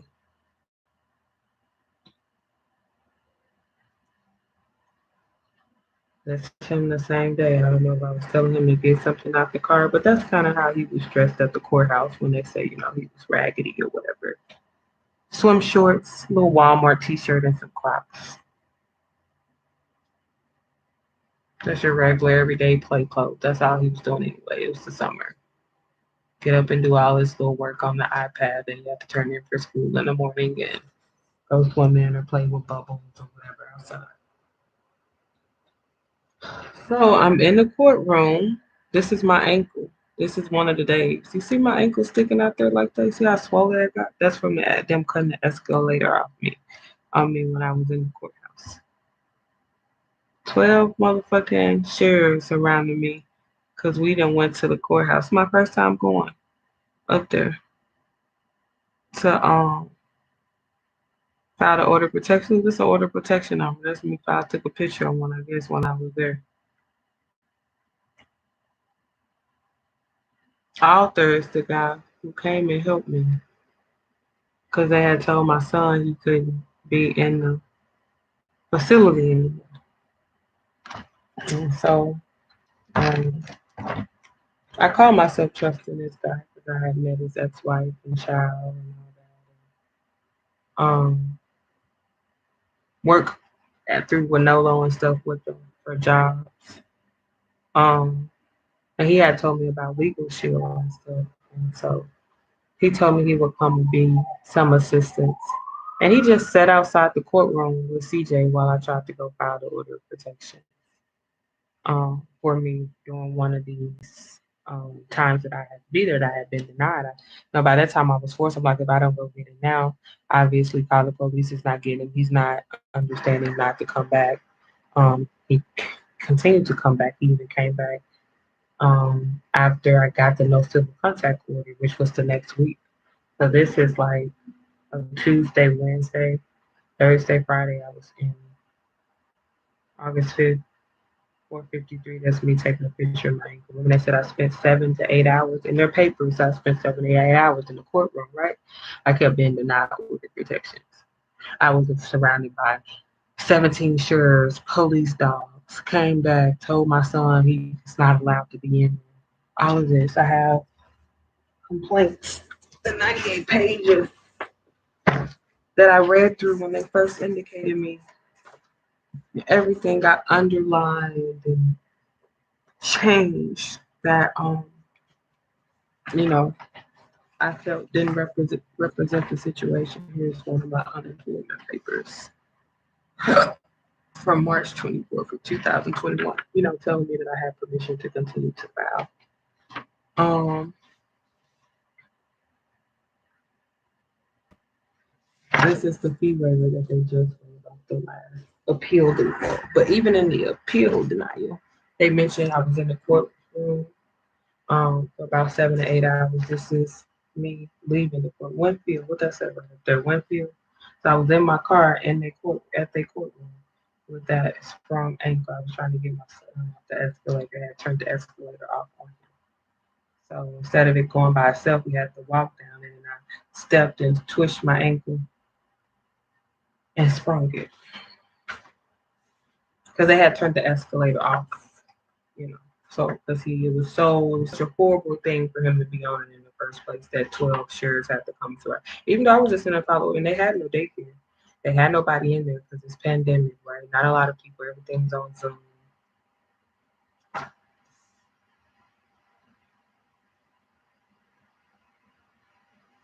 So, yeah, this the corporal was concerned of the minor. How many corporals? 12 corporals? I remember Osario, Connor, a lot of them, that work in the facility. Like I said, I ain't never had no enemies. I ain't never created any until now, I guess.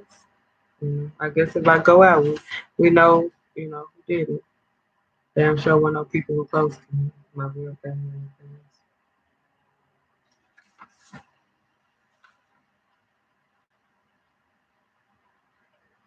So yeah, August 4th, the alleged incident, this me mentioning um in the first appeal papers that I had video, to show, the incidents instead of just the writing that they wrote concerning the situation. This hit her even mentioning she showed up at my house at 9:42. Adamaski testified. Appears 6-year-old was nonverbal. After she obtained, she tried to make it seem like they had been, you know, uh, asked me about an order of protection or tried to give me that option or something of the sort. And I'm telling them, no, when DCFS showed up at my house, you need to file an order of protection against him because that night, whatever you said to him, that this morning when you walked him up into my apartment, whatever you said to him made him come into my house that night and tell my son he'll never see me again and I'm working warehouses and factories like everyone else. So what kind of information could you have possibly given him? You know, it damn sure that my son went on board or asking me about it with a protection filed against him. Because if that was the case, that would be getting myself out of danger, right? You weren't concerned about asking me anything. Talking about you asked me did I had a full part in one of these papers or something. Maybe you weren't concerned about asking me nothing.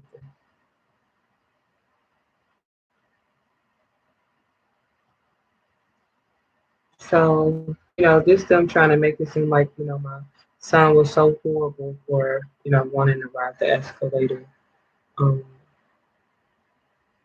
in the courthouse while I was filling out the order of protection. And this is them kind of forging that my ex-husband so-called has full custody of my, even though I filed the court, set the family plan in order, and the reason why I couldn't extend it after that summer is because of the CPS issue. So these 98 pages go on. I mean, this is one of seven, one of eight, one of nine. These are the first pages I read. So supposedly I have blunt disregard of my child. um,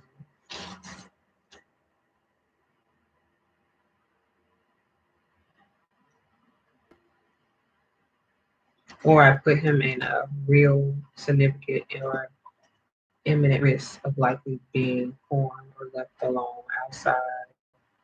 You know, these are the things that followed up. They made sure they tried to list that he was ADHD and nowhere, but neither one of these have been diagnosed. We took him to a Lewis hospital when he was 2 or 3 early days before they ever got involved and put him in Bellevue school. And we saw that, he wasn't conversing as much as he should at that age. Um, so, don't try to make it seem like it's so um, valid of, reason to indicate a mother neglecting their child or something. If anything, I need to be in my child's life so I can help him to be more verbal and create structure so that he won't have an issue with ADHD because ADHD is just saying you have a short attention span that you don't pay attention to things long enough. So if I sit there and I read a 2 minute book, and eventually that 2 minute book become a 3 minute book and a 4 minute book and a 5 minute book, eventually your attention span will grow longer. So no, we're instead we tell a person that they have ADHD and we diagnose them with a pill that calms them in order for their attention span to be, but actually is just really slowing them down um, for their attention span to be, and then we get that child addicted on taking that drug in order to help them not have whatever a doctor diagnosed them with in order to what get paid or get money. So I refuse to let them diagnose them such early or accept any diagnosis from them at an early age, and they even told us it was too early to do it um, that early. Um, so this is 11, page 11, 8, 9, 11, 98 pages that I read the first time before I sent the judge all of that stuff that I just showed you, pictures, videos, blah, blah. I even got pictures of these papers so that I could email. I personally just took a picture of it and emailed it to them just like this.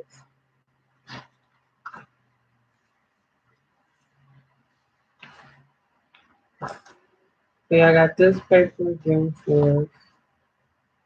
And they pretty much denied it and told me I had 35 days to go to the circuit court, which is the courthouse that I was sent to the file order of protection.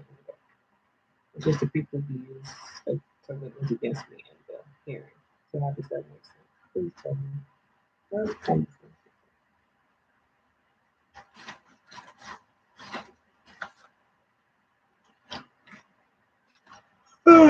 So they kept mentioning this Newsburg person, but like I said, that was a O'Connor, a Ritter, Osario. I mean, all these sheriffs are following me. I got a whole complaint I wrote on. I got a video of them standing, having me outside. It was 4 or 5 of them, same 4 or 5 of them that was kind of following me around. Let's go to that. This is day August 6th, 9 a.m. Threatened to trespass me to due case. I was threatened by DCFS to go and file this order of protection. It's going to indicate me if I don't go get this man out of my house that I've been calling the police 9 times to get out of my house. I'm in the courthouse. This is the morning after me being in there for 7 or 8 hours and denying me over and over, bringing all these cops out and several more, still come at the bosses. They meet me outside the next morning. Give me the complaint paper to write. I filled the complaint paper out and gave it to a copy of it and everything. Now it's a safety issue for my son to ride on the escort movie. I'm trying to get an order. Listen to other one. He walking. My son. You could have said that issue. Now it's a safety issue this morning. Yesterday it wasn't a safety issue. You just kept following me around, pulling out more chairs, all that.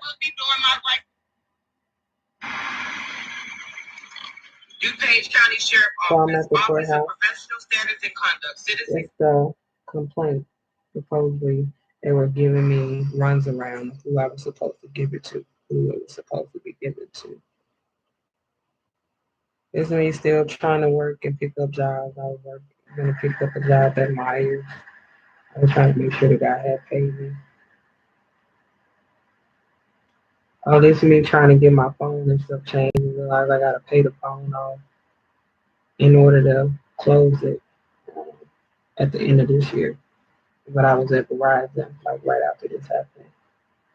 I remember getting a call from this geodis place to work, and I get there, and 3 or 4 days later, I'm accused of shooting at the place. So today, I have.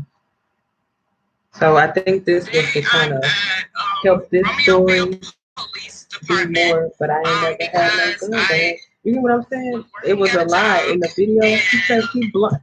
Nonchalantly say, my difference said, you called to the scene that I was at you in my house at 9:30 and Miguel told you I got a gun and you allowed him to go to work and you allowed me to go back up to my house, me and my son, and you leave, no problem, and he come back in my house and threaten the person who has a gun that they never gonna see their child again.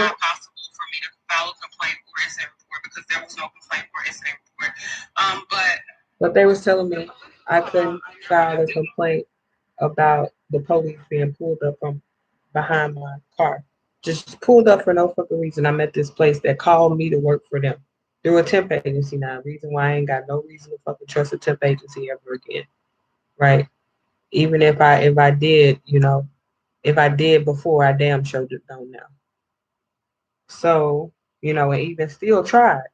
Um, but this is the police officer. So, um, I was trying to write a complaint about it because I'm like, why did they pull up out my car anyway? Anyway, the people called me back to tell me, oh, it's just a mistake. They were just doing a routine checkup. I just put the complaint in anyway. Go back to the job. This is me. I was printing out something from my school paycheck, pay stub. Maybe I was trying to prove my income or something. To get some assistance because unemployment had dropped around the time. I know that. But this is me taking my son to the pool. That's August 15th. That's a week after this happened. So somewhere in between September and October before he called me and told me I was officially indicated, before I officially got the first 98 pages, um, he had got in contact with my ex-husband to make him just kind of a little bit nervous about, I guess, having my son here with me by myself. I guess, they could try to involve themselves again and say, he's leaving him here with a person who they feel like, is a threat to him or whatever. So he started to, I would meet him places at the Nike park. me show you. Hold on. At Schaumburg to take my son swimming. Um, but that's my son sitting on the floor August 16th. It's like a week after this happened. Me making some cinnamon rolls. Me making a shrimp salad. Trying to get him to eat some of it. This is the police admitting that they didn't hear no gunshots or anything that they had accused me of. Oh, on me? Yeah, they said that you took away fire shots. That's so funny. They so funny. They so funny, man. Like, and I'm just like, I didn't even put all the two and two together because I'm at work trying to make the $800 an hour. I didn't think based off them trying to build up information to make it seem validated that they'll put me in this type of situation that is possible, maybe not. So, that's just how my brain works. Driver's license, my insurance legal, this car's in my name. And I'm wrong, prove me wrong. I got a whole bunch of program work as a guest teacher for Mountain View School District. I followed and taught one of your kids, okay? All right, Bolingbrook, Illinois. So this is me, just explaining him. I work in the school district, just working on my education. I ain't never had no guns, so you want to check my car? You want my ID? You want my background? I'm going to file another complaint. That's why I'm like, I had just from two police pulling up behind me at the same place. Right back up there tomorrow. Thank you. So now I have two officers here, and I've been told that I was terminated because I drove out of the thing playing music, clapping my hands. But so he's gonna admit that he never hear no police shots. I'm terminated for being asked to leave for tonight. He don't know what to say. That's the manager. Okay, well, someone told me that He's like, oh, you don't want to tell me that. That's the police. Okay, I'm gonna do that. She has an HR rep at her Paramount business. So I got a call here for shots fired as it's somebody being harassed by some girls in here. That's bullshit. That's false accusation. So that person needs to be. She has no firearm. She's never had a firearm. And she drove away. That's it. I told them, I said, I'm going to get a black and mild so I can calm my nerves so you can stop picking on me. That's it. That's all I said. Okay. Because they clapped their hands at me first. Until this gets squared up, she says that's fine. You paid her for her hours that she has for Paramount. Discussing your play on that. 10 hours. Running by her, his manager. Probably the person who put me in the situation of being in the job in the first place. That's it. Why would I come back? That's some dumb ass shit. So y'all trying to get me fired for no reason when it's all said and done. For no fucking reason, because I done learned all your picking, I done learned how to pack, I done learned all your jobs. There's no reason for you to be fired me. I came here for work to get my money and to go home. Not to be picked on and talk about it in the process in Spanish. No, that's their apron. We had on aprons because we were taking away recycled Legos so we could give them to people, I guess, children. And that's what I was doing, sitting down doing that. I went to the back 4 to 2:30 every day, Sunday through Thursday. I would make sure you get. And down to Romeoville Police, either be the one who gets some type of misdemeanor or at least if ain't no real shit going on, because they got shit to do. Because ain't nothing going on. What the fuck y'all scared of? Nothing besides me working. But like I said, he mentions in this video that, he tried to make it seem like, a thorough investigation. There were no shells on the floor. I checked. And, why was she returned back to the scene? And I was sitting on the hill and I didn't hear anything.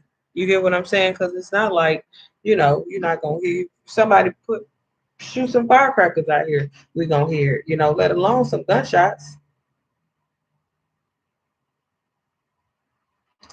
So like I said, I had put in my son's room these little boards, so he can start learning name, your age, grade, color, piece, all that little stuff, they supposed to talk about in school. So we should start making little charts about it.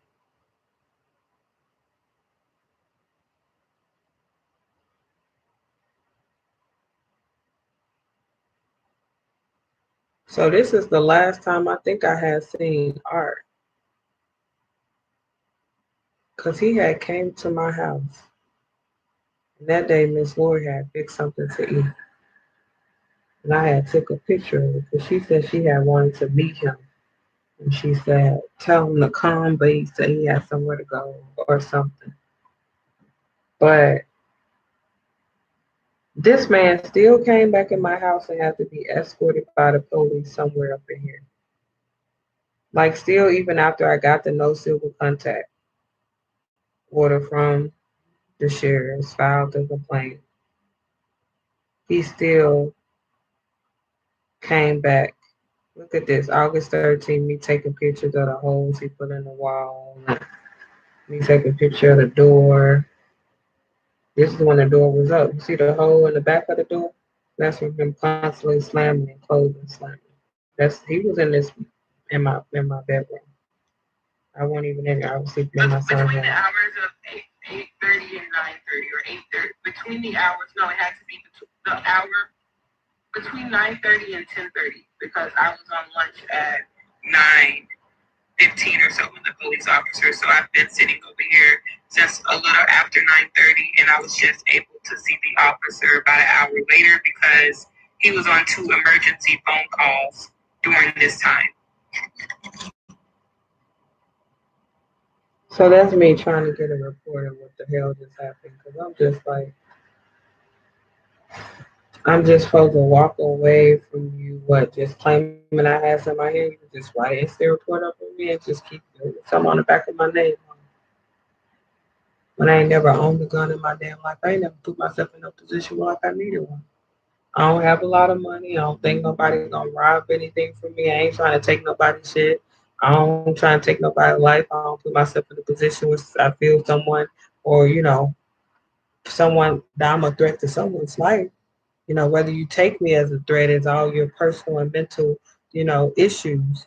But just me, you know, like I'm purposely trying to make you see me as no. I grew up in the city. I did. I mean, if that's intimidating for you, then that's your own personal issue.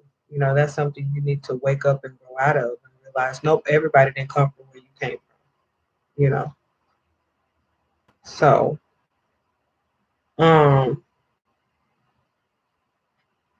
yeah, I think here go the report. It says anonymous caller. There was a female black in a gray sedan going S-bound Pinnacle with arms out of the window, shooting a gun possibly. Caller, he knows that she works at Giotti's company. This is the caller, the anonymous caller. So you mean to tell me I'm shooting at the place where we enter, the door we enter, and then I choose to turn around and come back to enter work? How many of these motherfuckers in here are gonna be like, who who gonna return back to the scene that they done shot at? What I mean, you gotta be the ignorance motherfucker. I mean, like ever in life.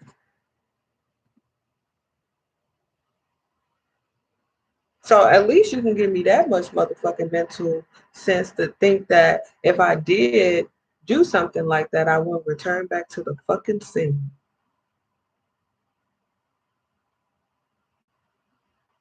Hmm.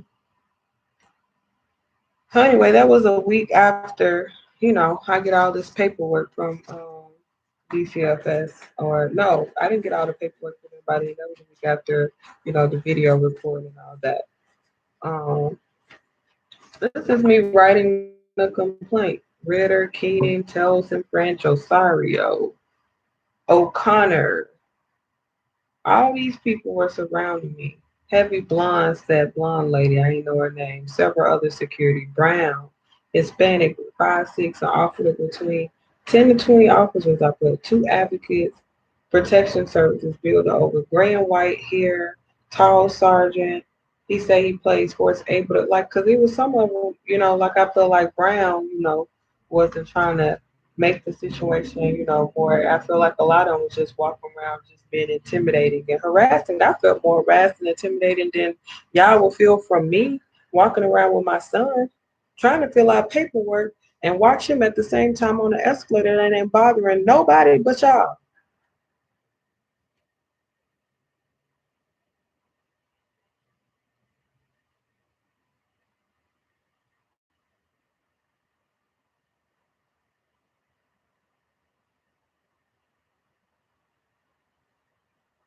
And then I asked him, did they hurt you? And he said no when we was at the place. And when I got home, he gonna say yeah. But they put a sticker on him. And what pissed me off is when I grabbed him, the first thing he did was take off that fucking sticker. Which means he didn't want it in the first fucking place. That's the first fucking thing he did. He took that motherfucker off. And it's five of y'all surrounding him. That's where I found him at. And I literally have been checking on him every 2 or 3 minutes. The only reason why I allowed him to go back on the escalator after we had rode it multiple times, me and him, is because he screamed and he nearly made the advocate, like she was. So I'm like, CJ, just go on right the escalator. I'll be right here on this computer. He didn't want to sit down. Scream escalator, right? He screamed. I almost scared this lady to death. I said, I'll just, go back and check. This woman sitting at her desk, I had to pass her every time to go check on him. It's the escalator right when you go out the door. Little podium, a little security man was standing there. All of a sudden, he went missing. There's 12 sheriffs around us.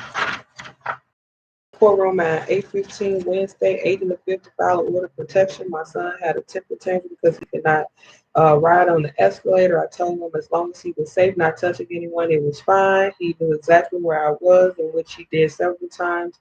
Came to me. I was going to him. He was coming to me. I'm telling him that. He knew exactly where to come, and which he did several times during the 9 hours we were in the building. I left the Advocate Center heading to the courtroom for my son's hearing. I did not see him escalator, no foundings. Found three cops surrounding him. I took my son from the beginning. I took my son and told him that was unnecessary. And after that, they began to harass us during the whole entire day, watching, following me to the hearings 4 or 5 times. Security cops with guns. At one time, Ritter threatened me with no trespassing warning for talking loudly, which is my right. Pointed out I was speaking because I was stressed, especially after Osario threatened to call DCFS on me, and I was already in there for that reason. And LT Telson threatened me with a statute of limitation for child endangerment. You hear this? CPS sent me in there to file order protection on the man that you hear me stating this stuff in this harassment paper, in this complaint that they walked outside and surrounded me the next day after I spent 7 hours in there and gave me this paper.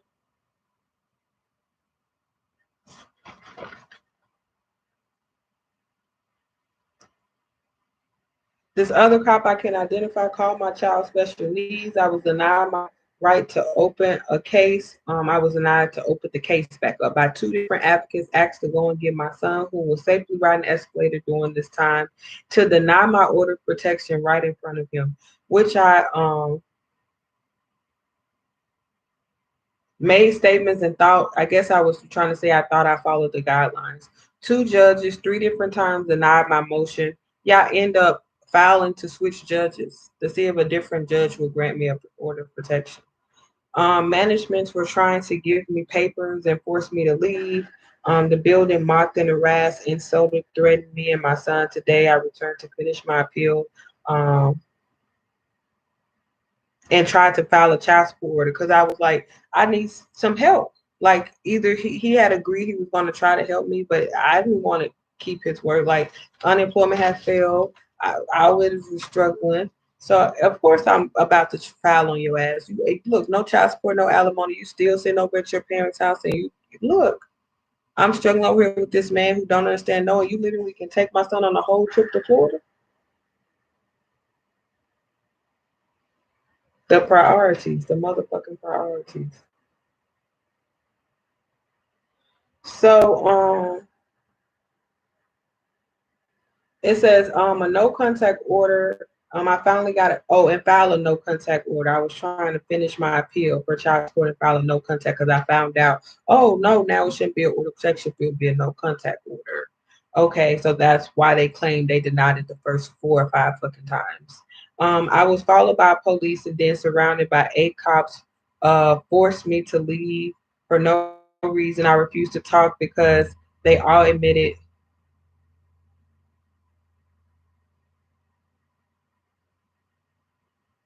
something about committing a crime or harassing or threatening. I was threatened unfairly and in fear of my life. Like literally, these people were like, I'm like, all I'm in here doing is getting an order of protection. Why is 12 of you motherfuckers out here and I'm the one supposed to be, you get what I'm saying, the victim, and you trying to play me as I'm intimidating you and all y'all got guns and tasers. Who's scared here? Who heart's supposed to be fucking tripping?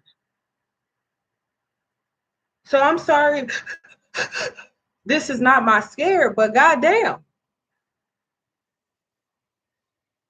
You mean to tell me you feeling any kind of fear with me and my son, who barely wants to stay with me because he ride on a fucking escalator while I'm trying to fill out papers? You mean to tell me that me with all these tasks to get done is intimidating or harassing or to you?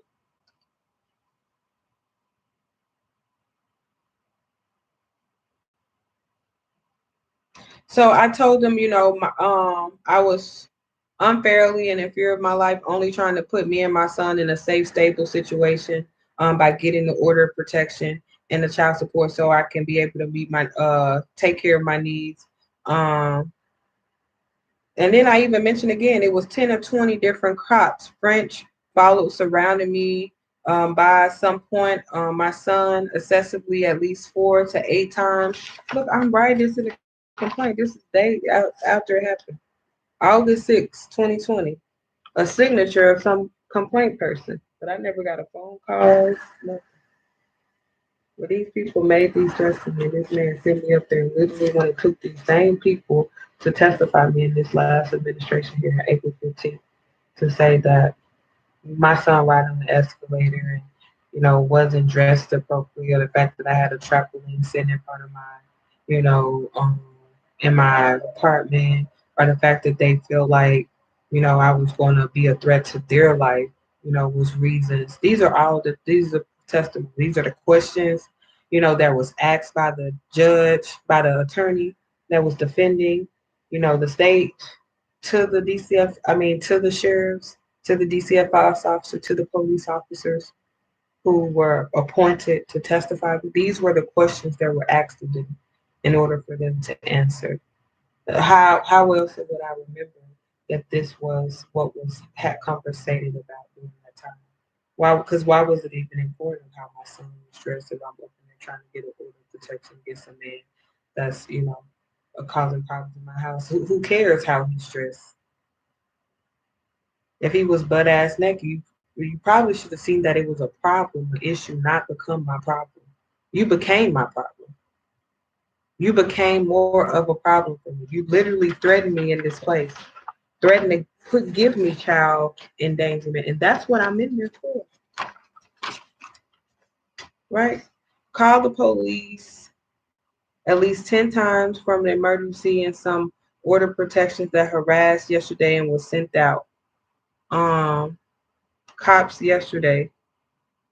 So I don't know if the police called on me. I think, if I'm not mistaken, they met me outside at 9:23 the next morning for the sheriff. I got a video of it. They giving me this paper right here that I filled out before I walked back in there Monday to eventually get a no civil contact order granted.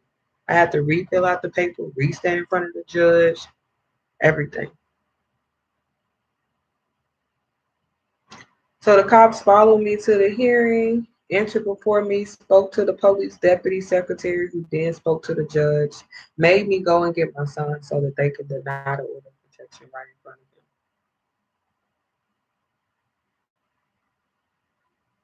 of them. Yeah, 3 officers followed me to the court hearing, went before me. I said that, spoke with the police secretary. They followed me. I was walking back and forth from the court hearing to the escalator to watch my son, right? Because I got to wait to be called. by the judge. My papers that went through. Now you gotta go wait to be called. So I'm walking back and forth. I never sat down because I knew he was on the escalator. So three sheriffs went before me, talked to the police deputy that sits in there by the judge, who then talked to the judge who stopped me in the middle of my hearing, made me go get my son, and then came back and then denied me. Even turned it off while he was safely going up and down. I sprained my ankle because they stopped the escalator and I had to walk down it. Officer Riddle pulled out the handle, the hand cuffs on me, even admitting that one had not been broken or the row or committed I don't know, a crime. I was harassed, both threatened and denied my rights in several incidents, several videos. I was told by cops, a lot of bad people are here. You should be um, worried about your son. Yeah, that's what they were telling me.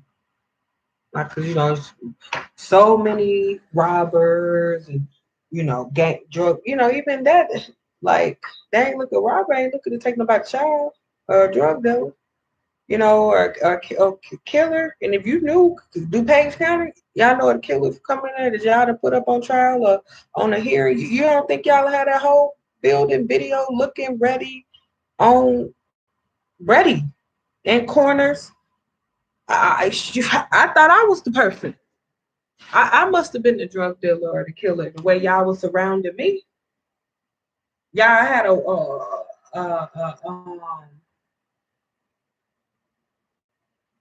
notice that I was coming in to get an order of protection and surround me and stuff. Because you know what I'm saying? That's something you talk about in meetings and all of that.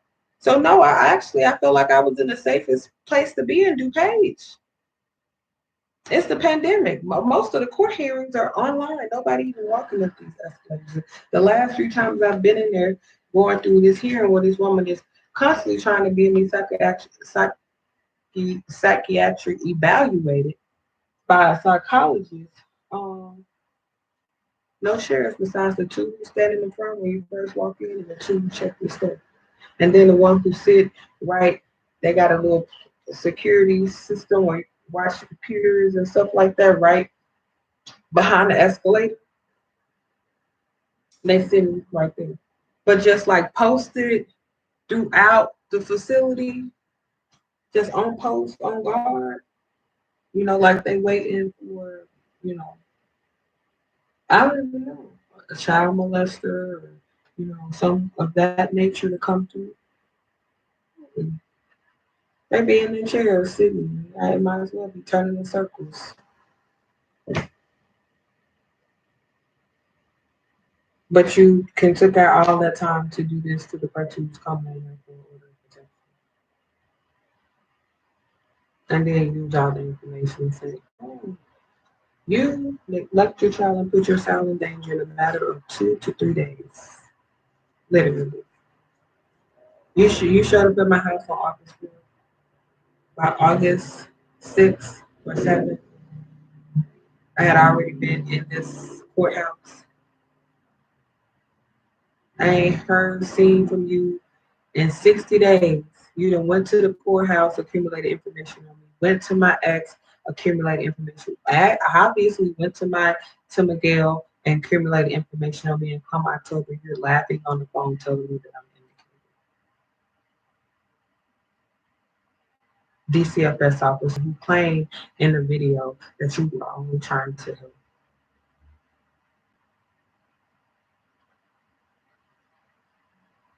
Just please tell me how that you help me.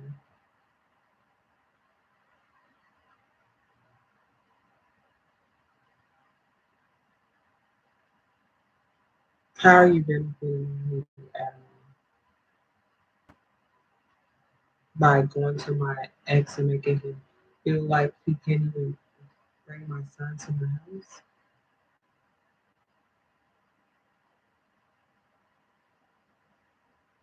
This house that you came in and saw that at that point everything that was here was literally for him.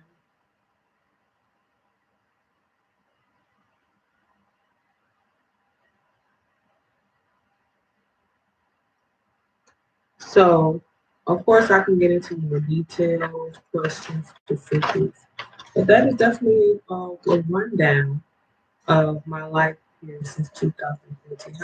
How many times the police was called on me in these temp agencies working? That should be another story.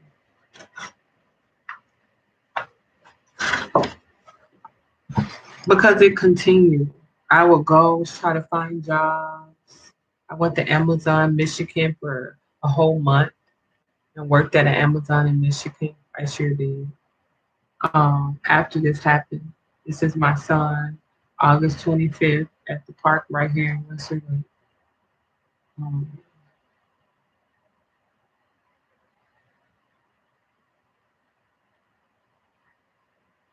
I'm just looking. August 25th.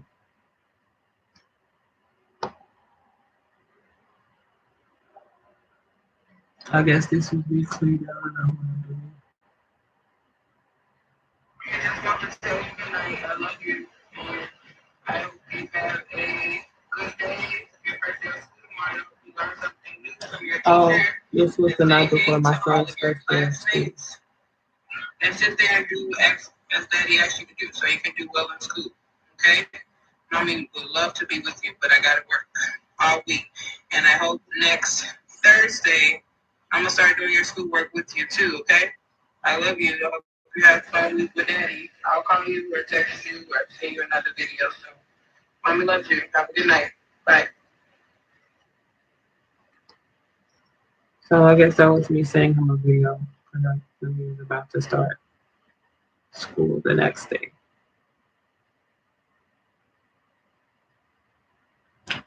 So that's me in Michigan. I was working at the Amazon.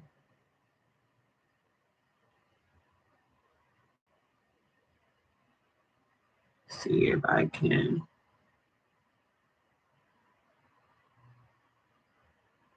I think I was doing that. Hey CJ, it's Mommy. I Just a love little you. second. Mommy wants to send you a video. I haven't seen you in a long time and I miss you so much. I hope school is going well. Mommy's working at Amazon again. Week. We're putting up shelves and stuff and rearranging stuff through a company that contracts with them and build up Amazons. I love you so much. Um, call me. I'm gonna call you or text you on my lunch break. Mommy might stay another week because they have an end of the assignment and I'm making $200 a day so I can furnish the apartment, hopefully, and have some money to continue to pay the bills. I hope to see you soon. I love you so much. I hope school is going well. I hope you're having a good time with Daddy and Grandmommy and Granddaddy and Maya. I love you. Bye. That was like September 2nd. I guess I was in Michigan at that point. Um,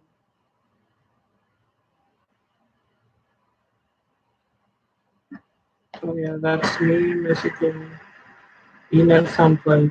One of the bosses had barbecue, some chicken and rice and asparagus. Um, I had got a salad from Chicken Filet. I thought that salad was really good. It was called. It was right outside Kentwood, wherever the Amazon is. That's close over. Is what the Amazon we were at.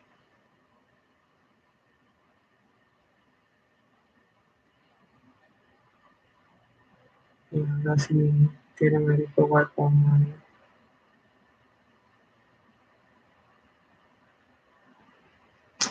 Donuts. I think one of the bosses had brought us donuts or something. And me eating another chicken fillet salad. Um, I think I had made it back by then, September 14th. So mid August, mid to September, I went out and did this 2 to 4 week long assignment at Amazon.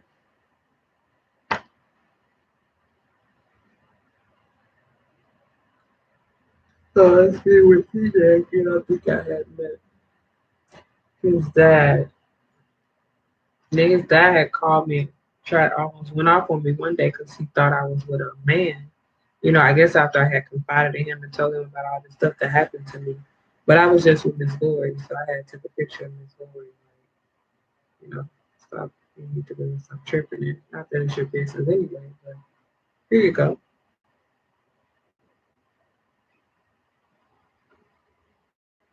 Oh, that's just me writing on the board and stuff that I needed to get from the store. Some recipes I wanted to cook sausage and Brussels sprouts or something. I was just looking at some different stuff. Some salmon I had cooked. Mm, September 23rd. Picture with my little man. Me messing around with my hair. I'm 27. I realized how cute it was when I grew out a little bit. I'm cute. Yeah. Then that had reminded me of my mom like that. She used to wear Jerry curl when I was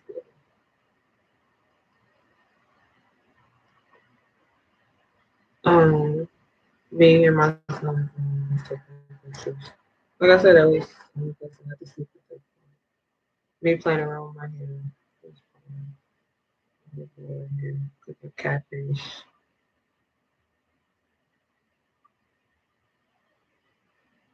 Had some wine and salad. That's one of my favorite salads I get from any place. The sesame, like kid salad, and put some shrimp in it. It's really good. I was cooking some pork chops today, October 1st. That's CJ over here, October 2nd. Well, no, maybe he's taking pictures of himself.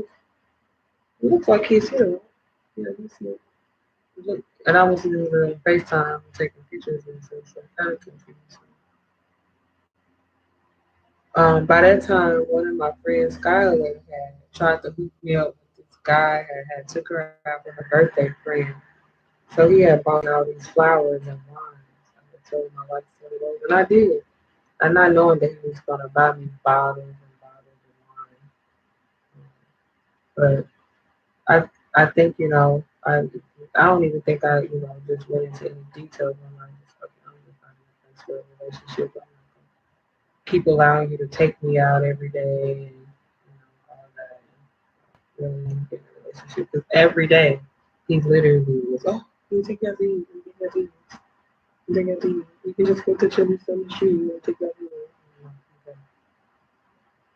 So this is me going to the zoo with my son, October 8th. His sister, I was at the big school too. I was 10, me trying to braid my hair and do something to it. Oh, I had tried to find another job. We were packing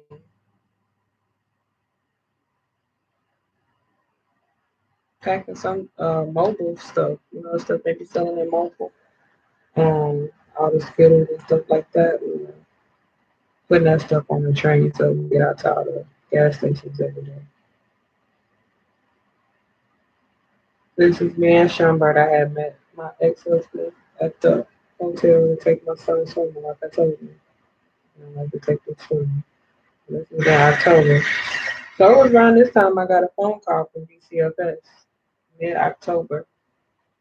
Him calling, laughing at me, telling me I was indicated.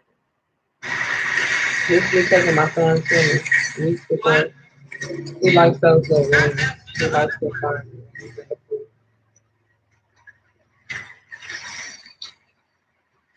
Okay. Oh, you would have got it. You would have got it that time. I like when you do that. He was just sitting over the water, but he would go, you know, after you can swimming technique. So yeah, this is me videotaping and he was giving me a good nice swim. Okay, fine. Yeah, I'm doing. I kind of have the camera shape. Yeah, that man had gave me this flower and everything. I had got rid of it. So I thought the flowers were pretty, but this plant I had got rid of it, I think. I was cooking some beef and broccoli or something. That's my son at his dad's house. and I was FaceTiming him. He was laughing at TV or something. So, yeah, turn around, tried another job. I think Aurora police or something got sick on me or something. Whole Hispanic people, they gonna go in there and say that I walked inside calling everybody niggas. It's like, what about, what up, nigga? What's up? What's up? What's up? They go in the building. What up, nigga? I'm here for work. You know what I'm saying? Trying to get this motherfucking money. What's up, nigga? With my spot at? You know, I'm tired. No. But that was their reason for the police meeting me at my spot and telling me to leave. So that's me in video trying to defend myself from these police. And they call it trespassing. All of a sudden, the police get called. It's all of a sudden trespass. Now he's talking about a mess because he knows that the bullshit they pulling is wrong, and I'm very aware of that. But I guess I should act like I wasn't aware, act stupid. So now that I know that in those type of cases I need to act stupid, I just won't work there. So I'm gonna have to, you know, choose to be someone I'm not. You mind if I get a video? You mind if I get a nice video? How y'all doing this morning? Well, it's good. What's your name, sir? So I felt like because I had went to the courthouse about it, I feel like someone was like following me. So I like videotaped them. I sure did. Because I don't trust anyone at all. So and just so happen, like I said, people in Chicago don't just get close to people for no reason, or even try to like get to know people or have conversation with people. So that's even just unnormal, out of the ordinary for people to even want to be close to you. It's like, what are you trying to see? What is, you know, you trying to be nosy? Like, what is this? So, let's see, it's October 27th. Like I said, around this time, I get that phone call about being indicated. Because you see right here, August 28th, I started to look at evidence. Like, put two and two together. I started looking at the Romeoville police report. All that. I'm taking pictures of it. Like it's all this shit, you know, piled up in one. Um, I had took Miss Lori to Chicago to go grocery shop because she only loves to go grocery shopping in one particular place out there. She thinks that Walmart and Jewel, especially here, is true. I mean, you know, if you're living out in the suburbs, you might get charged more for the same piece of meat, you know, or whatever, because you bought it from a certain store. It's just like Nike, the same materials and other materials, but they got a Nike sign on it, so you pay more for it. So I had took a picture of like the United Center um, when I was like down there on the 28th. I was riding around waiting for her to go grocery shopping. Then my ex husband sent me a picture of my son eating breakfast or something while he was doing his e-learning schoolwork. Because you know, e-learning had continued. That was his first time ever having the iPad type of work assignments. When I mostly had started with the end of March, you know, in the summer, and then it continued all last year, which you know made it hard for me as a guest teacher to have a job, right? Because there's even there's teachers who just teach from home. There's no reason for them to not need to take off or any of that. So, um, this is me like filing a report about being harassed in Planet Fitness. I'm like, is all this stuff like, you know, one and one? Like now somebody fucking with my Spotify everywhere I go, you know. You know, they try to label me as being Hispanic and label Miguel as being white. Right here it says race, white. These are all on these DCFS papers. Um, my language, they label my first language as Spanish. Was I Hispanic? Yes. This was the first appeal. It's the first 98 pages. Not just the first indication. The evidence, the 98 pages. So you see how they're already changing the narrative in order for the indication to line up, to make it seem like, this Hispanic person become the person, threatening them and threatening their life about my son. And if you ever want to investigate her again, you need to go to your house and have some protection or be escorted by someone. You know, when that's a whole damn lot.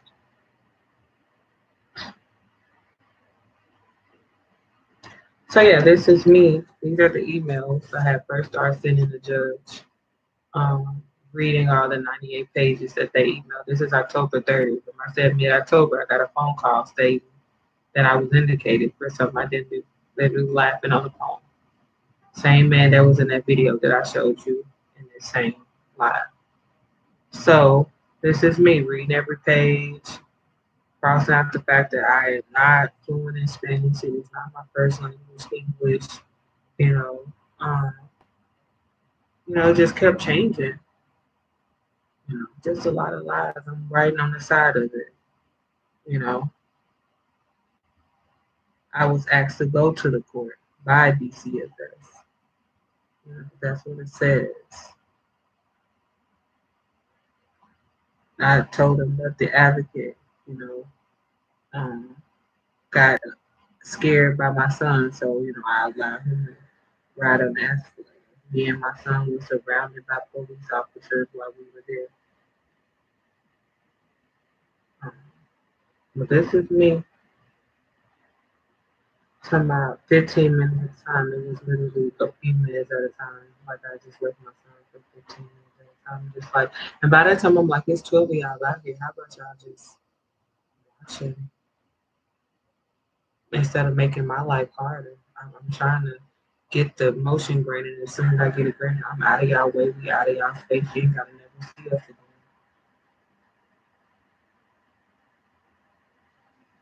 So yeah, this is me. Like I said, there were several pages of the 98 pages I read, wrote information beside them, correcting it, and emailed it all to the judge.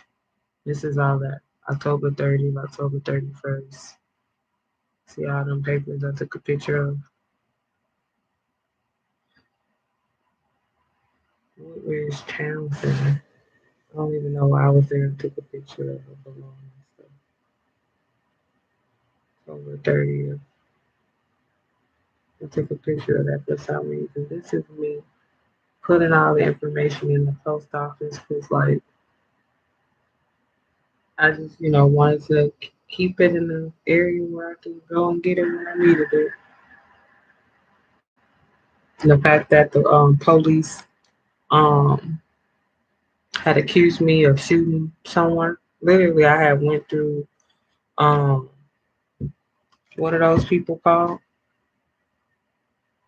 EEOC, equal opportunity. As soon as they realized that the people I was fighting against was Hispanic, he tried to litigate me or, say there was reasons why he couldn't take my story anymore based on the conversation that I was having with him. Like I had used inappropriate language and that was the reason I hang up in my face and not allow me, to say that a job had accused me, of um, bringing a weapon to a job, and I literally have a police that stated that none of that happened. Um, so yeah, this is me still reading these pages, sending it to them. I go to Planet Fitness, get harassed with my Spotify. I'm being harassed by the neighbors with my Spotify. I think they had called the police on me hollering at Miguel in like March. And came up to my house and knocked on my door, all this stuff. Like I said, never tried to get to know them, don't even know anything about them.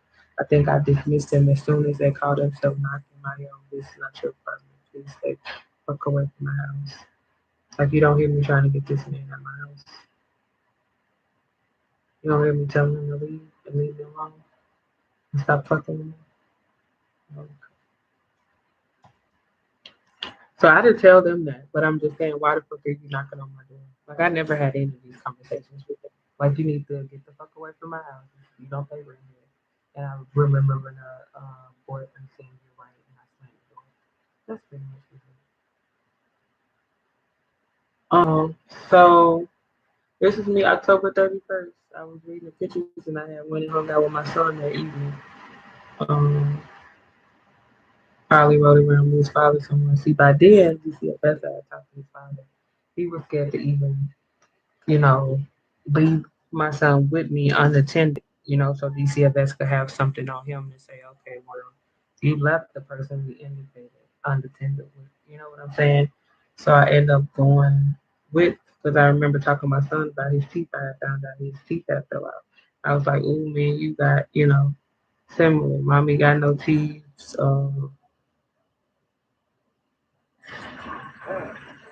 And I was like, CJ, um, Snaggertooth, I think that's what I was calling him, playing with him. But he was laughing, taking pictures, showing his little Snaggertooth off. So this is me reading even more of the paperwork, sending more of the information. This is me, met my ex at a hotel, take my son swimming again. I was video recording with him in the pool the next day.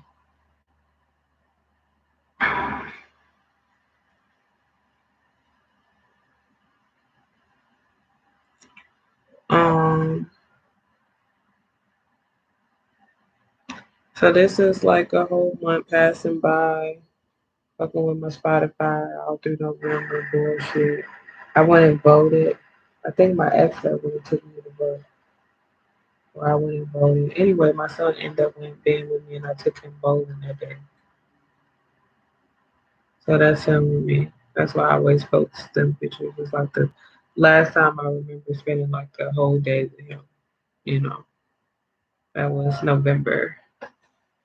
Um, so then the police was called on me at Planet Fitness, and I was followed in the bathroom by the police officers. Um, because I was messing with someone else Spotify while I was in there trying to get a workout in. I don't even know anything about technology enough to be fucking with anybody else anything. I'm just learning social media.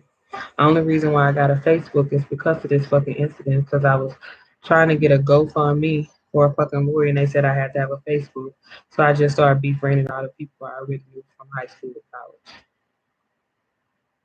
Like no Instagram, no Twitter, no Vine, no my none of that. Never in my life.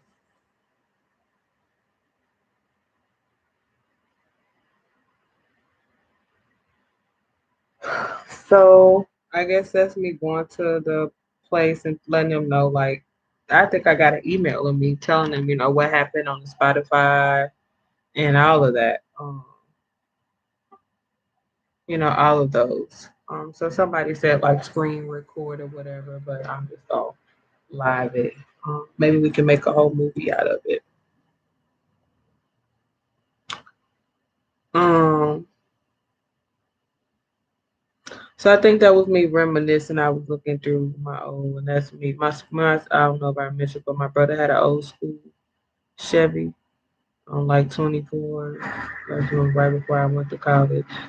And he was with his girl, and we was hanging out by Eddie's house. Like I was just reminiscing. But I got them pictures over there. That's his daughter to Leah graduated from kindergarten. Now she's graduating from high school. Got last year, 31st. I remember being on high school graduation too. Um, but we just reminisce. Education is important to people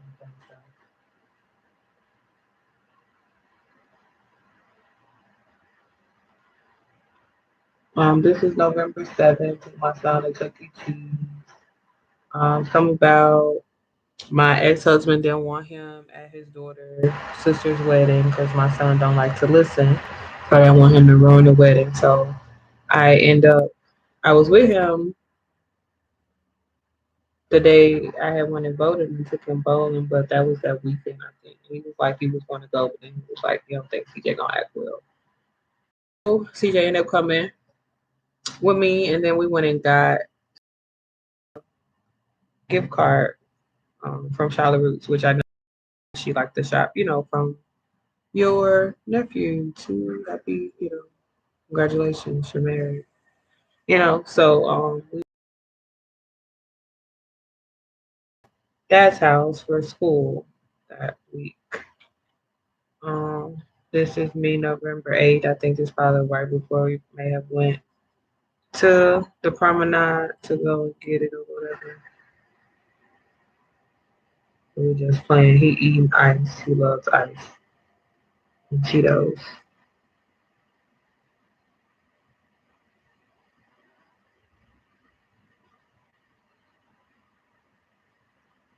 Oh, this is me trying to find a job at another place. All the people had left out of this job because of COVID and work from home. So they literally had sold the place and they were tearing all the cubicles down. So we were in there doing that.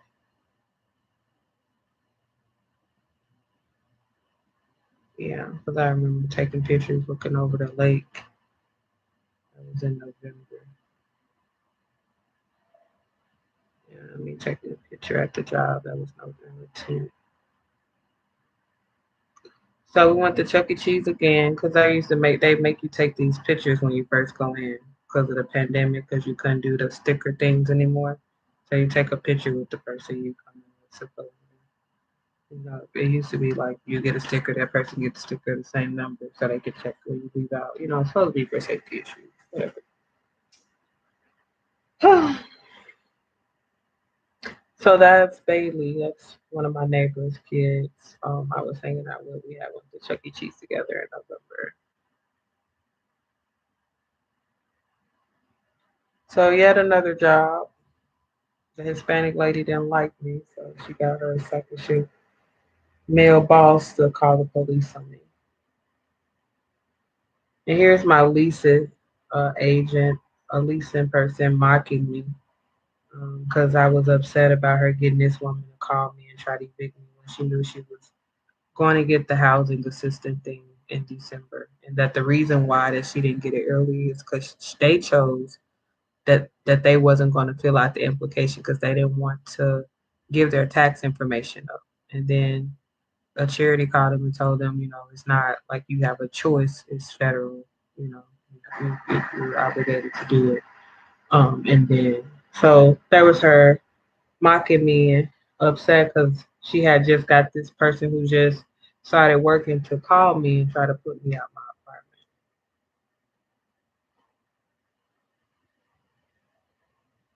apartment. So this is me. That's bored at the house. Bored at the house. Yes, I had went and got my car oil changed because my son was with me and he likes to walk back there where they put all these tags from different states. Like it's a little place maybe where they go and eat lunch or go take a smoke or whatever while they're at work. But he likes to walk back there and look at the tags. And I would tell him like all the states I had been to and stuff. He's just taking a picture in front of it.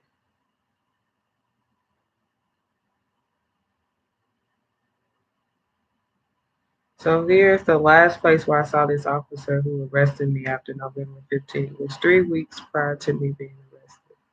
He was called into this place on me, right down the street. He had put his hands on me walking up out of here. I'll show it to you.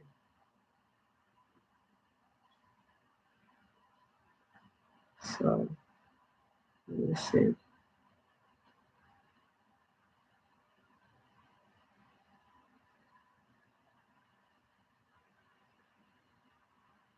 So instead of us going around the regular way where everybody go, they had us to go through this door in the back.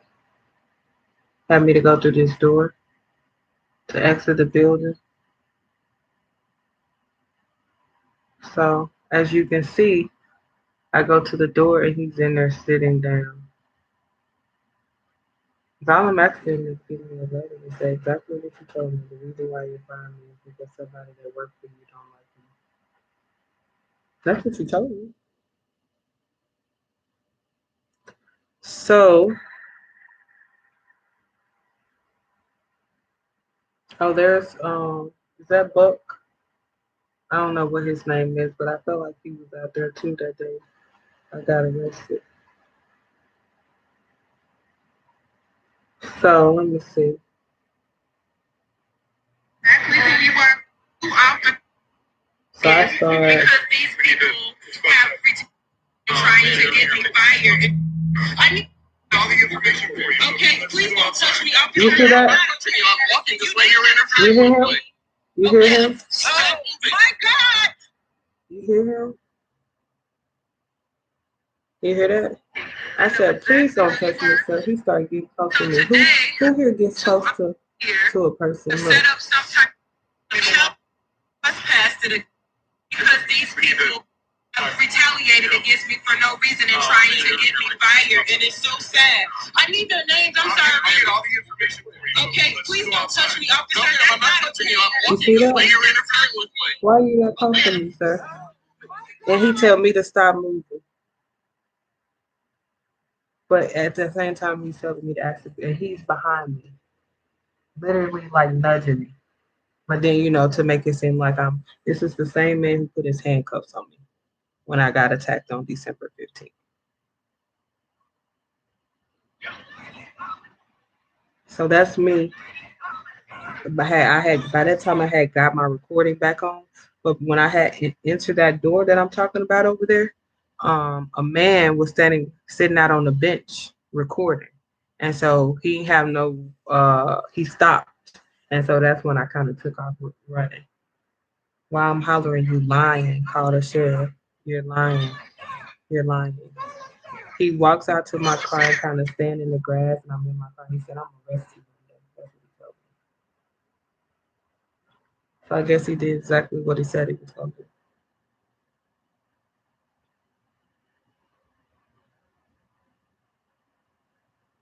So yeah, that's that night because I think I did call the sheriff, and the sheriff called me crazy for telling him what happened. You know, all of that. And then come December 15th, look, I had went to a hotel to hang out with a friend, my maintenance friend, and several police are in this area at the hotel that I'm in. Coincidentally, November 23rd, I was at Miss Lori's house. This is 2 days after this happened. I'm probably talked to her about it and told her about it and everything. I'm sure. Me, November 26th, I had fixed Thanksgiving dinner. I don't know if I fixed it or went to that place over there, but it's ham, macaroni, greens, cornbread, um, turkey. So good. I tried this job, which was actually would have been a good job. I was still looking for work, as you can see. Um, but they didn't want to pay me like a picker. They wanted to pay me like a process and then do a picker job. So when I quit it, I quit purposely on my own. I was literally shorted. My check was shorted for quitting. So I went back up there and asked for my hours to be paid. And he called the police on me. I don't know if they just think you're gonna run because they decide to treat you wrong and then say, I'm gonna call the police on you. You literally just shorted my hours. I work for you. By law, you owe me every fucking dime. You just because I said either you put me back on processing what you're paying me for, or I don't plan to work for you anymore. That means you get to pay me for 4 days instead of 5. Because I ain't coming here and work 4 days. I ain't coming here and work 3 days and ask you to pay me for 4.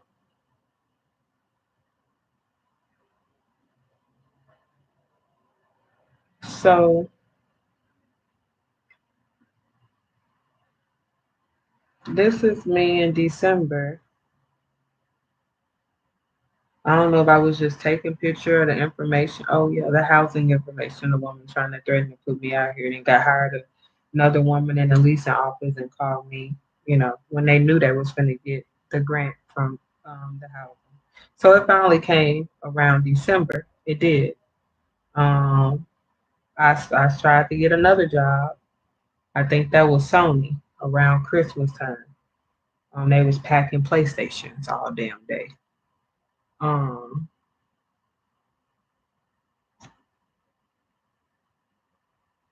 yeah, and this lady, this young Hispanic girl told me I couldn't come back. I swear, I swear to you, told me I couldn't come back to this job no more. And I don't even remember getting a legit reason from her either. Maybe she was mad because some guy got off his line just to have a conversation with me. But maybe I just looked that easy. I don't know. But I stayed on my line and did my work. And when I was asked to go to a different line to pack PlayStation 4s, I went to a different line to pack PlayStation 4s. I never missed, my little sticker or whatever I was doing, none of that. I don't like you. And I've been working here long enough to say whether I want you working here or not.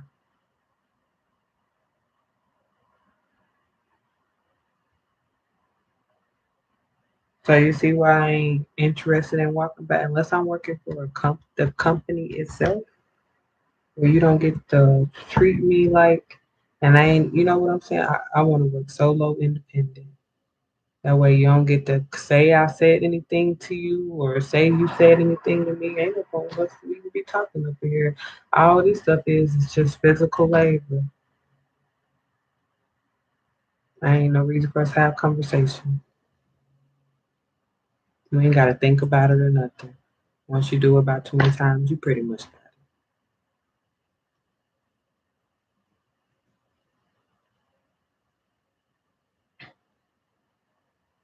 So I mean, this is me, multi-temp, Sony, Bolingbrook,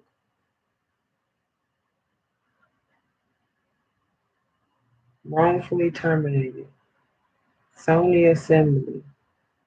What you fired me for?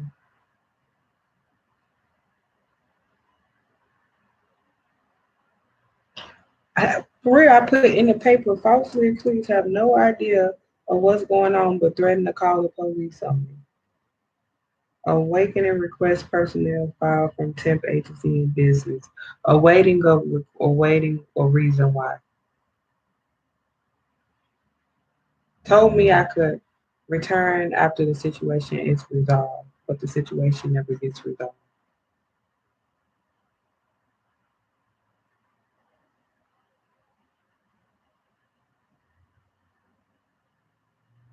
So I was still talking to Skylar then, the girl who hooked me up with the African. Because at some point when I had got my new car, she had got upset with me and didn't want to be my friend anymore. But it was like, you think I got a car just to impress somebody? No, I got a car because I drove my car down Woodward and crossed that light, and the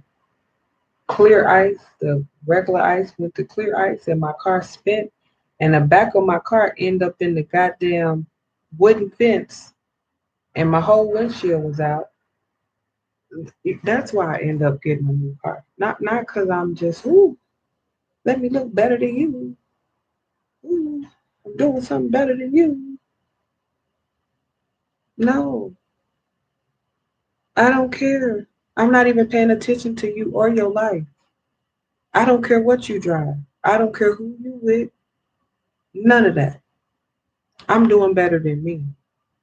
Okay? Like, don't, you get what I'm saying? Like, don't, it was something I said. It's like, don't think, I'm trying to be better than you when I'm only trying to better myself. I've never tried to be better than you. I'm only trying to better myself. So stop comparing yourself to me and then you won't have these personal issues. Better yourself. Compete against you. You think I'm walking around here looking in everyone's house and seeing what they're got? Hell no. I could give two fucks. Not at all. Still don't know. Ain't never tried to knock on nobody door just to be nosy or go and offer them. We Southern people. Southern people finna come knock on your door and offer you a pie that they done made. Oh, welcome to the neighborhood. Like, you ain't seen me do none of that. I don't even want no fucking car note. Well, my goddamn cold air was cold in the winter and hot in the summer. And my child damn sure didn't need to be going through that. If I probably can manage. So when it happened, I just took the opportunity to get something better. And it just so lined up with my credit and the fact that I was already working. And the man allowed me to sign for the car. I needed transportation and what? Go get a $1,500 car so it can break down on me again. And I don't know anyone that knows anything about cars or have to go to a place where they're gonna overcharge me. No, I'd rather just give a company a car note and know that it has a warranty on it, it's gonna ride and I don't have any problems, especially with the fucking child.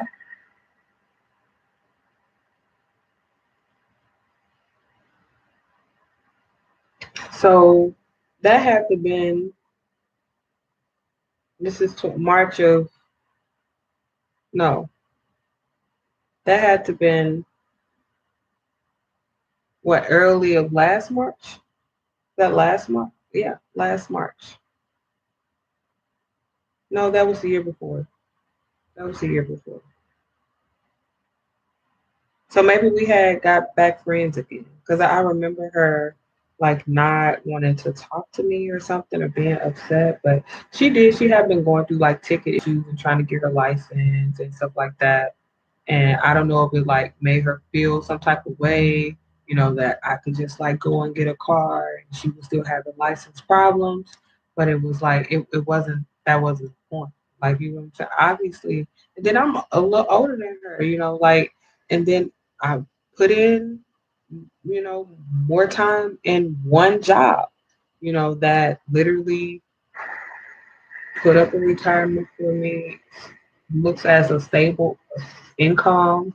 So those things play an effect when you're applying for cars or apartments or whatever in real life. I don't know. If people just make up, a certain standard or policy that, fits certain people in certain areas. But, you know, my mom never, I don't recall, she had to apply for show proof of income to be able to get certain apartments and it wasn't just, oh, you gonna let me live here? No, you have to prove that you can afford. That's the whole thing. You show that you can make double the income and why so that you have enough for your bills and outside other circumstances that every other normal person would have. Food, shelter, transportation, blah blah blah. That's why an apartment tells you to show that you make double or sometimes triple the rent, depending on what area you're staying in, um, in order to be able to, you know, show that. So anyway, this is December 2020. Like I said, still trying to find work, still sending this information to the judge, the court, house. And then on December 15th, I walk out of my door and I get a text. So December 14th, December 15th, there's this guy, me taking a picture of the passport with his girl to get me in my face. You see him picking the passport up? You see him? He literally got a smirk on his face right there, laughing about the situation. She holding her wrist right, ain't crying, ain't got a bark, bruise, nothing. He's sitting here doing all this as if I didn't push her. If I done did all that to you, uh, Why, sir? When she be hurt, when you be comforting her, when you be mad as hell at me and not smiling just 2 minutes ago before they fucking arrived on the scene, when you be trying to protect her, or why the fuck y'all sitting over here by your white car that I just videotaped and smoking a cigarette? This is me getting out of the jail, pulling the hair out of my head. I asked the ambulance to, pull the hair from my head. When they came over in the car, when I was arrested, sitting in the back of the car, can we check? Can we see if anything's okay? Oh, put the hair out of my head. Nothing. So when I got out of jail, I started pulling it out. So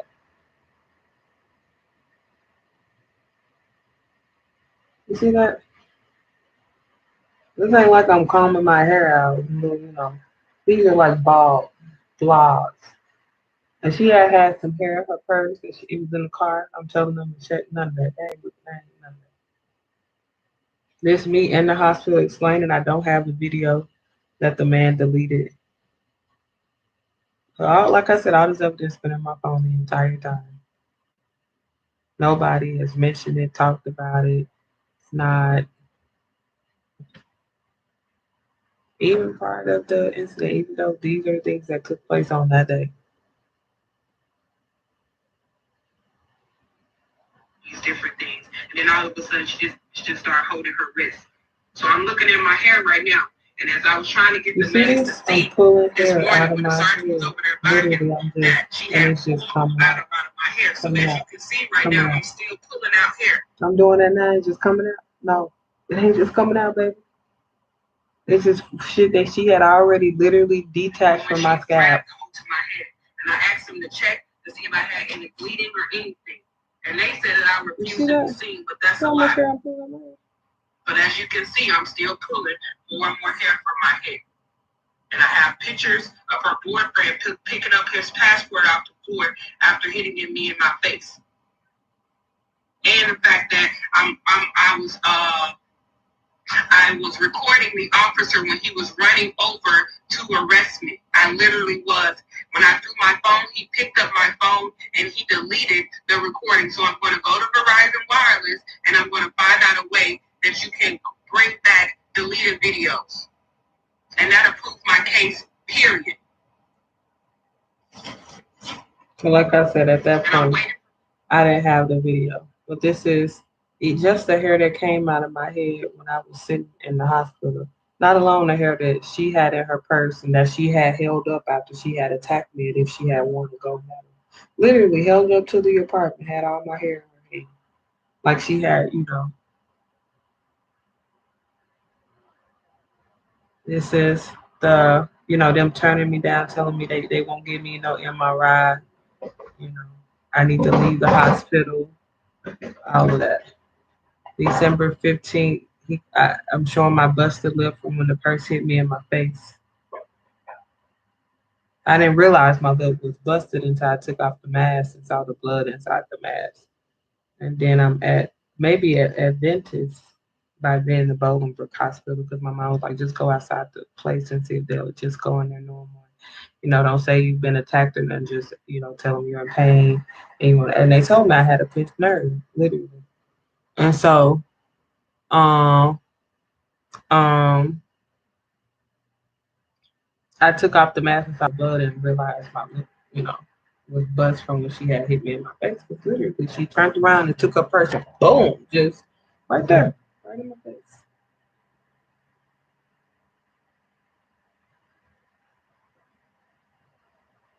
So this is me at the Woodbridge Clinic of 2 years that had already accepted me as their patient, but denied my rights to MRI. This is the police officer forcing me to go back home at 3 because my appointment was supposed to be at 2. So they met me at the Woodbridge Clinic. I had walked up there.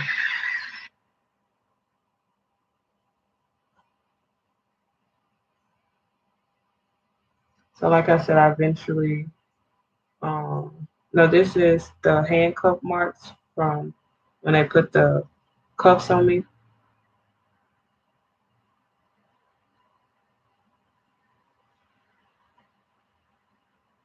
And this is the bald spots in my head that were left. When I washed my hair, and I even really see like There's no way when you part someone's hair. And I'll show all these videos. It's hard to see. I see. Um, unless I turn it like this way.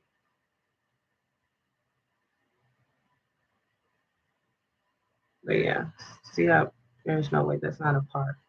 That's literally hair ripped out of my scalp. Literally hair ripped out the top of my head. And again, and definitely right there on that side. All three bald spots.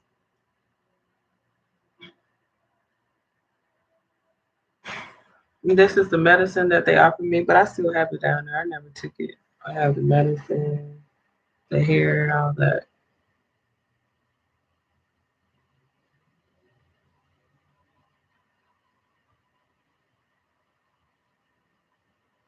December 14th, their car park, right here. 16th, 2 days after this happened.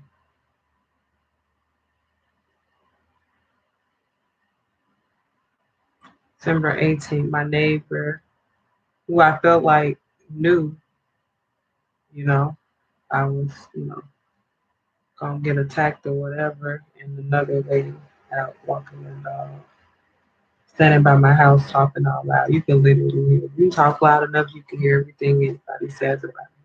If they want you to hear, yeah. Like I talk and I'm a loud speaker sometimes, or maybe I sing and it's not like, oh, I'm doing this just because I want you to hear my voice. It's just who I am. But like you can be outside and if you want to talk loud enough so someone can hear what you're saying and you're in the house, they're in the house, first, second, or third floor, you can literally talk loud enough and they can hear everything that you have to say. No problem. It's how thin these walls is. I can hear the cars driving on the street right now.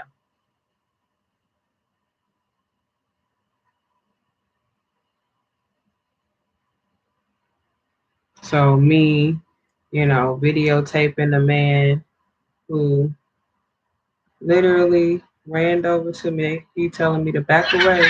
That's the guy who told me. I'm explaining. Stay back or we're gonna call the ambulance and I'm okay, I'm way back here. And I start walking back. I said it. That he said he was going to arrest me. I don't want to talk to you, sir. Okay. I'm explaining what happened. You see, oh man, I'm pretty out. And I said, I should catch for somebody because I see they're not taking my work kindly at all. Now the passport gone, as you can see, right? I'm taking video of the passport he picked up when I was on the phone with the dispatcher, letting him know I was getting attacked. It's 7:05. I called him at 7:55 and 7:58. I ain't got to press him here. I'll press him downtown Chicago. No, you're not going to press charges. That's what he told me. So here, let's keep fast forward. Okay, here we go. Officer, running over to me. Why are you running at me? Put your phone down. Please, sir. Officer, you put your hands on me, officer. Why you put your hands on me? You told me what? I called the police on her. Miss the other buck behind me. You're under arrest. You're under arrest. You're resisting arrest. But they got handcuffs on me already. I done threw my phone up, tell the Lord to get my phone and call my sister. You're trying to pull away.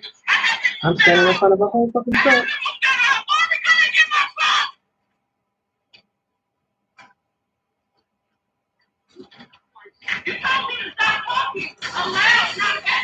I told you twice. Oh, you ran into me. That's right. That's right.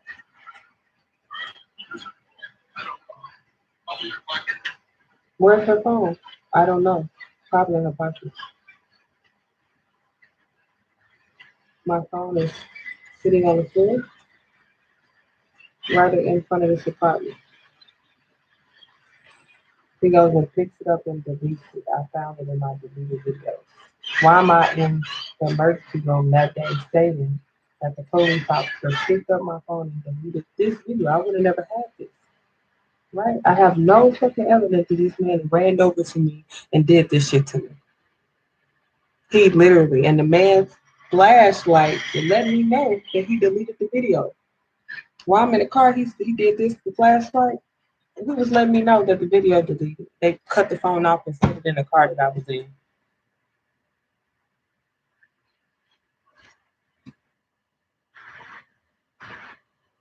So you're gonna see his feet. He's gonna walk over, pick up my phone, and my phone's gonna go off. First he deleted the message, and he turned my phone off. You don't think when I was released from jail, that's the first shit I would have showed. This motherfucker did literally look, that's him. Picking up my phone. Oh, it's right here. Oh, the phone? You found it? Oh, he's walking, walking. And that's when he deleted it.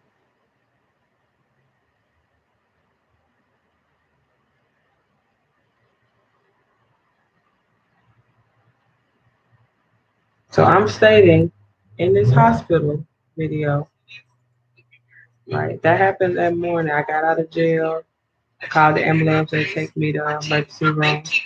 My fake teeth fell out. That's when she hit me in my face, right?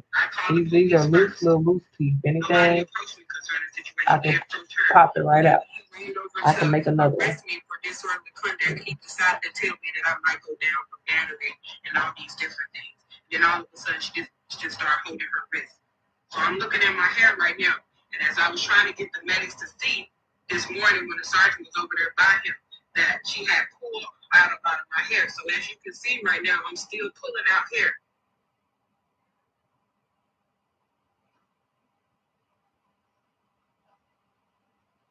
From when she grabbed hold to my head. And I asked them to check to see if I had any bleeding or anything. And they said that I refused to be seen, but that's a lie.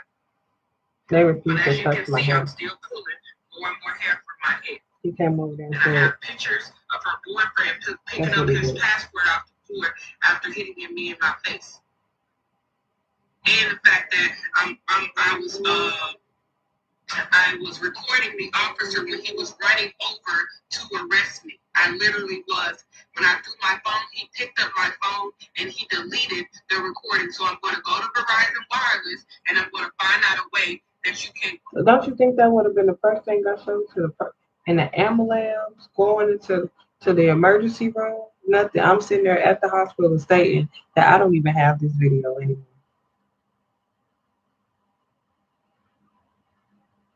And finally found it. That was my first time, TikTok when I made it back to my house that day. I started making content. Then I started calling boards and they were 5,000, 6,000. Then I did a GoFundMe and had opened up a Facebook. Sometime that week, I decided to Google how to recover deleted videos. And it was 2 or 3 o'clock in the morning. I was in this apartment by myself. It's like I've been since my ex decided to voluntarily leave when the police, escorted him out of here. Um, Found the video, recovered it. So, this is me trying to get an MRI referral to, with contrast, to show the bruising in my neck and my shoulder from when this lady attacked me. Denied, even though the people who are your PCP is supposed to refer you. So if they've already, you know, maybe made these people think I'm crazy or don't need an MRI or whatever, and they going right along with them. So I think this was me one day on 31st. I was still looking for a job. I remember having this on, trying to go find a job. I'm on TikTok with this on, stating about a job I was trying to go to. That was December 31st. This is me beginning of January, still sending stuff to this lady, the hearing, appealing it, waiting for the date to be set for us to go through the hearing. Waiting for my first hearing for when I got attacked by um, my neighbors, which was January 26th. But I literally went through a Facebook Live on every visit, all the emails and stuff. I have them that I've emailed back and forth to the public defender, restating my case, and nobody has ever, specifically discussed the events that happened on the day. Um, I mean, at one point it was discussed, but all it was discussing what was said I did to her. But my point is, if I did any of that with your husband, boyfriend be laughing when he been to call the police himself for you. You're pregnant. I've attacked you, push you down some a flight of stairs. Really? That's how you broke your fingers or your wrists? Not from pulling my goddamn hair, literally out of my motherfucking hands, and I literally was unprying your fingers. Bitch, let my motherfucking hair go.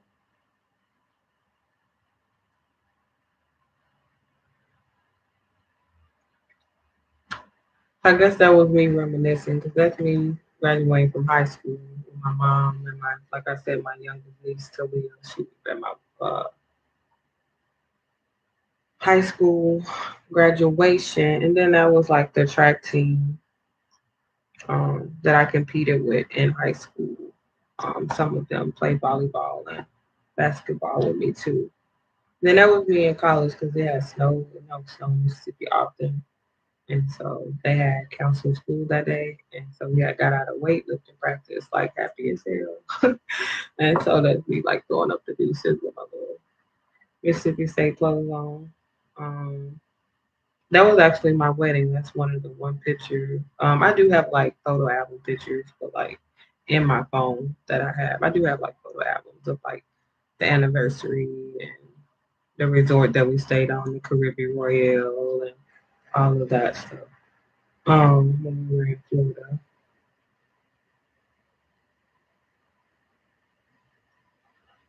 And just me taking pictures. I think I was looking for furniture at the time. I was looking at this little bedroom set for my bedroom. But of course, I always shop outside my price range.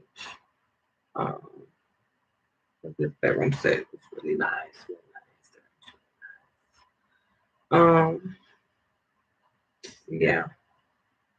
So me just taking more pictures. I think my hair has started growing back in the spot. You see how short it is right there? And I was just taking pictures. That was like maybe 3 or 4 weeks later from when I had got attacked. Um, think I had did a crochet in it. I was just like doing a different hairstyle. Reminiscing with my brother. Yeah, passed away. Making omelets and eggs and salad, shrimp fried rice, potatoes and burgers, boiled potato. Oh, I had found out about DoorDash. I was like, oh, I'm about to quit. I mean, stop filing unemployment. That was DoorDash. How much you can DoorDash around here? Like that. So I took a picture of it. But they ran my background check and took my job. So yeah, even this happened with DoorDash. Just uh, hit on the side of my car. I was driving for them and they refused to pay for me. So this we can stay there. Um, so just broccoli and steak, and that's what like I wish I was like this materialistic thing that like this person that like ooh like I'm not. So it's like that's not the type of it's like I know I can trade in, get a new car, buy a new car eventually. Like this ain't gonna be my last car, and, ain't my first car. I'm just not. I've never been a materialistic person. So,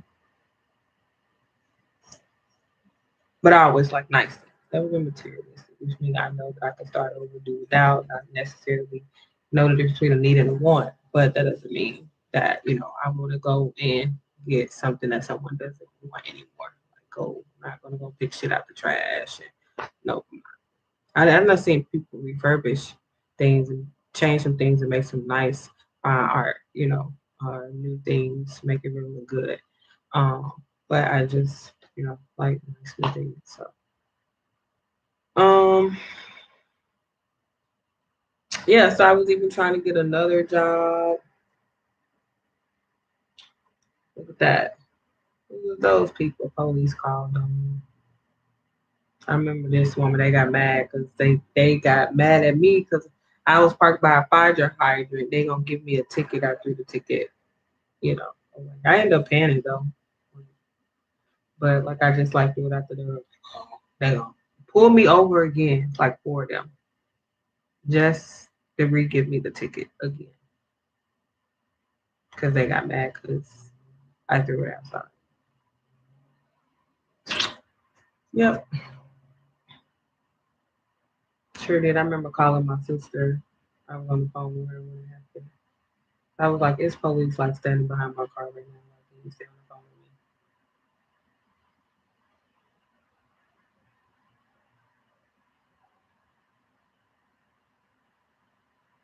me?" So yeah, that was January 22nd. My first court date was January 26th. That's when they like switched public defenders. My public defenders end up going from one person to another real quick. I think I even had like call days after since February 1st. 603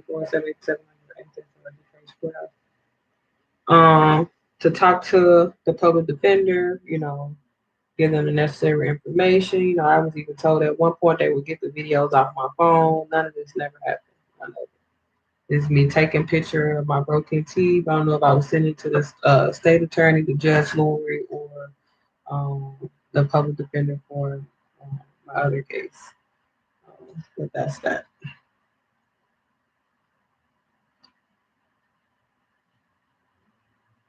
Oh, this is me getting all the .coms and phone calls of all the times the police were called.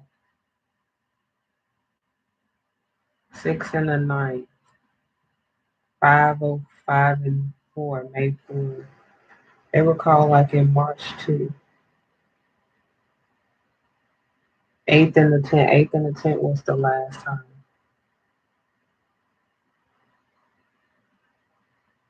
He had broke my tablet that day. My iPad is still broken. And it's even stated in this out, it's stated in the police report.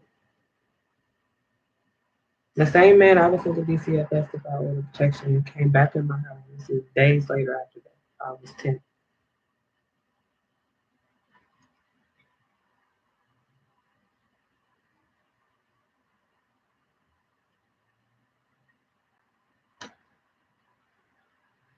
So yeah, these are just emails and stuff they had already sent me, dispatcher calls and stuff, because I was collecting all the evidence so I could send to the judge and the state attorney. The reason why I was calling the police in the first place and everything. I had even when they found these things, like this is what Miss Debbie had wrote up on me. Look, Fabian lived on the street last few years. I've enjoyed getting to know her. She is a delightful person. She's outside in nice weather playing with her son. And she will interact with the kids on the block. She has given them tips in volleyball and running to help them on their school team. She's a very hardworking individual. She holds down more than one job at a time, and when no one is available at her house to watch her son, my daughter and I help her out. So she is. Do you hear me? I'm living in my in-laws' house, and they don't want me to work. I'm still trying to find ways for my son to be taken care of while I go on work. She attends the same church as I do. Remember, I said my ex-husband started working on a Sunday, and I just walked around the corner and found the church, not knowing that this woman goes to the same church, but she did. Um, whenever he, whenever her work schedules allow her, she attends church on Sunday and has been involved in our women Bible study. She has helped out with food pantries and also helped out with cleaning at the church. Whenever there is a need and she's able to help, she pitches right in. Fabian works hard to keep herself in shape. She runs and bikes, and she will. When she has free time, she is willing to help anyone who would like to start exercise program. I have to I've had the pleasure to spend time talking with her over the last few years. She has goals that she wants to accomplish and work hard to achieve. She has worked hard in life and is trying to make something of herself. I would like for my daughter to work hard and care about others the way Fabian does. And this is another teacher in the school district who had a daughter who just so happened to stay in the court that me and my ex-husband was living in. Probably before you see me go motherfucking hell, but this is what she wrote about me. This is another lady when I first started working at Macy's, which was my first job part time, because I'm gonna find some type of work. When you get off work, I'm gonna go to work. So I got a bike and I bike myself to Macy's to the promenade. My name is Betty Payne. I'm writing in a reference. I believe Fabian should. Oh, she was saying I should receive custody of my son. I wouldn't even ask her to do that. I have known Fabian since April. In a short time, I have grown to know her very well. In that time, I've seen that both parents interacted with the children. While both parents have strengths, I can only say that Fabian is the parent who's best for the child. She loves and she cares for the child. Only reason why she said that is because literally my husband will act like that's my responsibility when he's around. Like he doesn't take any remorse in watching a child, thinking about a child, or doing anything for a child if a wife or woman is in his vicinity, because that's a woman's responsibility. And he will tell you that. Fabian is patient, understanding with everyone is, and seems to be born a mother. I worked at Macy's and have noticed over the months that she's very respectful to all her customers. The customers ask for her contently. Like people will ask for me to like help them shop or, like work in their area, employees. So, because I'll clean up and make sure all the stuff get put back and all, the rooms were cleaned out. If I'm gonna do my job, I'm gonna do it well. So Vivian is a very responsible young lady. She shows me much respect and she's a very has a very good relationship with all her co-workers. She treats me as if she's known me all her life. Like it was just she was an older lady than me, Miss Betty. She was my boss, my manager. And so, I'm 2 years up here. We still like even now, my mom probably is really shocked that, my conversation because we like yes ma'am, no ma'am, yes sir, no sir, and I had to work my way out of that up here because that's offensive to people for some reason. Up here, it's a different mentality. But at that point, I think I was still in that mindset, in that southern way of conversing with the older person or person I would see that I respect or could learn from. Um, She's the type of lady a mother will be proud of. Fabian has excellent people skills and exceptional work ethics.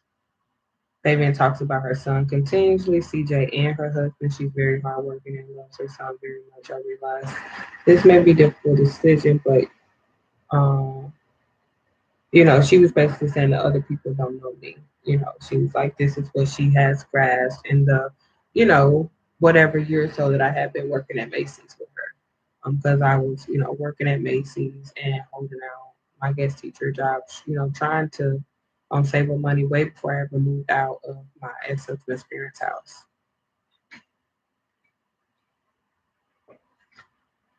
This is him in like February giving me this book bag that I had bought back. This is my ex-husband's.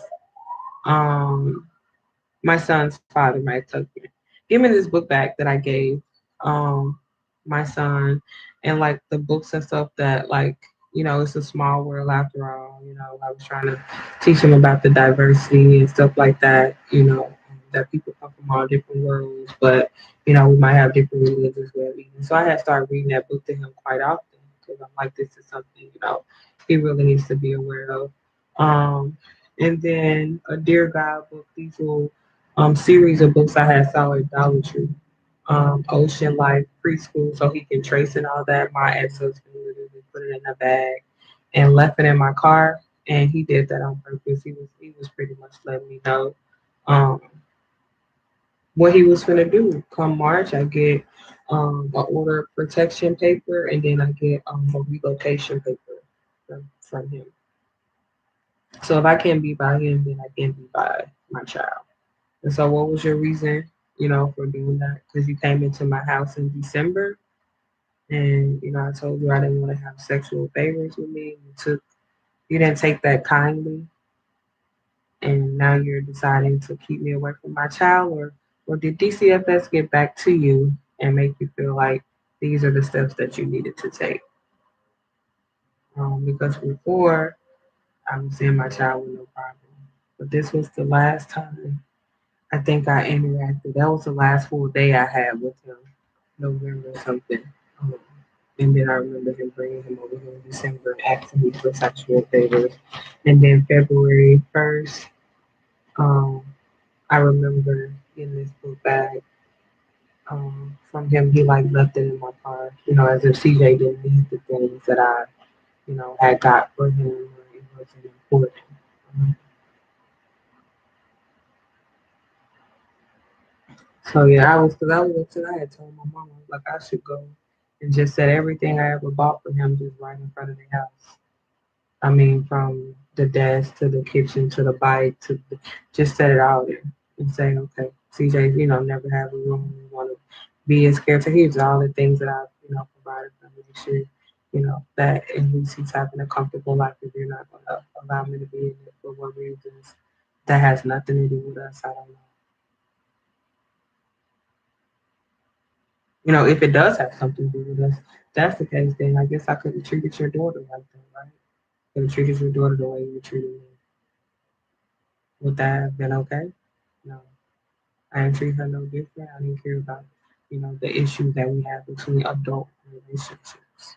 It have nothing to do with a child. It's not the child's fault.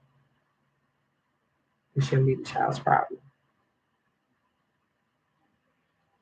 This is me writing a complaint to Woodridge Police about my girl threatening me and my son, telling me I'm gonna lose my career in working factories. DCF shows up at my house. This is me telling them all this stuff. Knowing that this lady admitted that she called DCFS on me in the video. This is a complaint I wrote to Women's Police. I felt Miguel, 6 jobs, bank accounts, phone, also told him he could live here if he paid respectfully his boundaries. He did not comply. So I called the police several times for harassment, following me, threatening me for verbally, physically, so I would have order of protection. They also tried to play reverse psychology by saying that they were trying to help me, and I still haven't received any help.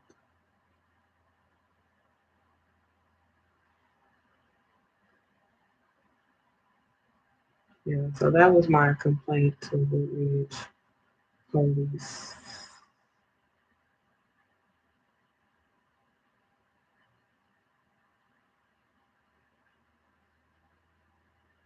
So DuPage County came and delivered at my door 8th and the 7th, received, returned by 9 and the 3rd. The, how if you serve a person to go to court for order of protection, you have to show up at that person's residence to serve them the papers. They came to my apartment to serve McGill papers, even though they knew that on the 8th and the 10th that this police had put him out of here. Well, no, they didn't know because they didn't go look up any information before they came over here and knocked on my door. So here's me in the order of protection, stating the incidents and when it happened and everything. These are order of protection. So it's February, so it's still me sending this judge and the state attorney emails of all this evidence. That's February. My hearing wasn't until April. So I go through the physical therapy. I get a call from my counselor telling me to go through the elementary program. Around that April, something like that, I started to take my classes. This is me at the gym, February 11th. Trying to get back into my normal routine. It's 8:35 in the morning. was used to getting up in the morning. I used to get up at 5 and work out. They have early morning classes at the Anna Reno or the Pelican Harbor, step classes, yoga, whatever. They're doing one in the morning for an hour. So I would do them as often as I could before, the pandemic hit and everything got canceled. This is me. I think I had gained too much weight. I'm like I really get back in the gym. I'm probably just kind of depressed and eating more than I should sitting around here. Um, this is me getting myself something for Valentine's. Valentine's had passed. Um, it was nice chocolate covered strawberries and Stella flavor. I think I had ordered myself something to eat or pick something. Pick something. Really good. If I'm not mistaken, I may have ordered these ribs from Cheddar's. See, I had circled it. Ribs and chicken tenders. Um, I was just taking pictures of little nice stuff on Facebook. Oh, me, like I had been working out or something, but I didn't show a pretty big stomach. On February 16th, rolls in the back.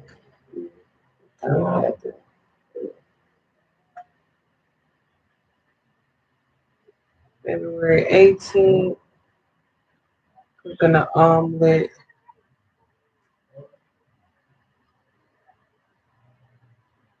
Um, this is the picture I sent to my ex. I think, at that point I was just my ex-husband, my son's father. I was really stressed. He wasn't allowing me to see my child. I had already got attacked by someone going through court hearings, all of that. I'm just like, this is like, really? Wow. So now, a few weeks later, the order of protection has come to my door, and then eventually after that, relocation papers. So here's me still believing in my dream, picturing myself with my son. After I graduated my master's, I'm taking pictures with him in a camping gown.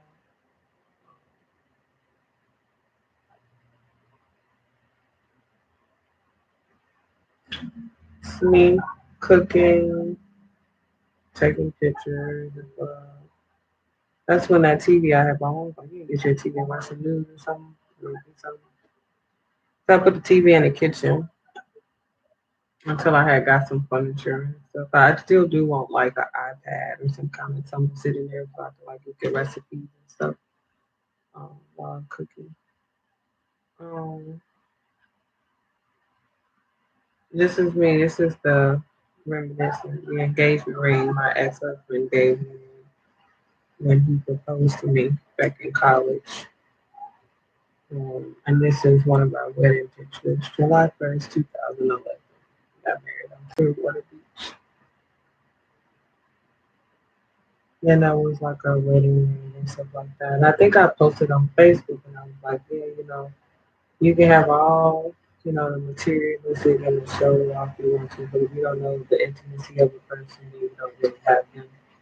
Um, you know, like until I see like what do you see inside of that person to help them grow and become the person that they want to become. Because if not, you're just going to be dealing with a stuck soul or unhappy soul. You know. So I think I have posted those pictures on Facebook. Oh, that was me working out, reading my Bible.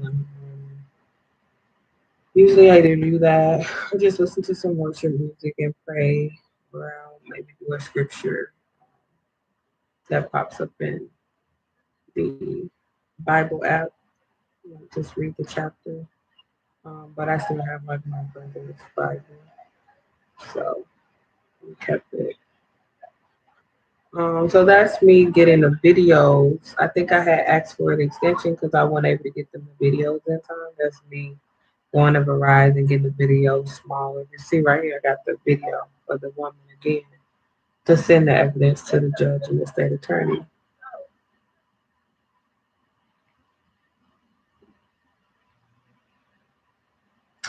So this is me once I found out, my ex was trying to file an order of protection, showing all the stuff that he telling me, you still owe me sex from 3 years ago and blah blah blah, like you haven't given me any 1 or 3 years, but you can have sex with a broke Mexican, blah blah blah. So, if I'm harassing you, then that ain't harassing me. Like, you know, really? I don't really want to have, either one of y'all motherfuckers can stay there. One of y'all take care of me. Period. So,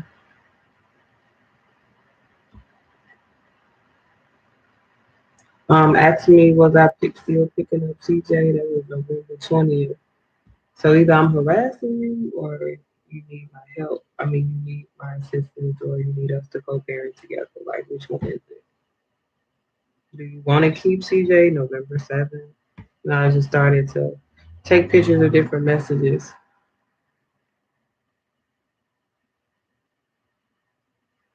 So, of all, the times he's interacting with me, not taking it as harassment or actually harassing me. I guess we harassing each other.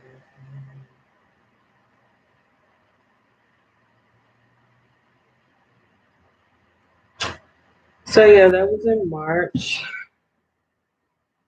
Um, like the hearing was in April. So I sat on the phone with this lady or these people for 3 hours. Why they didn't allow me to use any of my evidence. That's March 8th. I finally got a phone call or something. Maybe a FaceTime. It's my son with or a picture. Maybe he sent the picture of CJ to me. Yeah. So this is me, the complaint, emails, all the stuff that I have over here. I sent all that to the judge. Me just taking pictures. I was trying to have conversations with. I had started um, coaching. I had seen my Valley View email and saw they were asking for a boys throwers coach, and I reached out, not thinking they were going to like even offer me the opportunity because they offer to teachers first.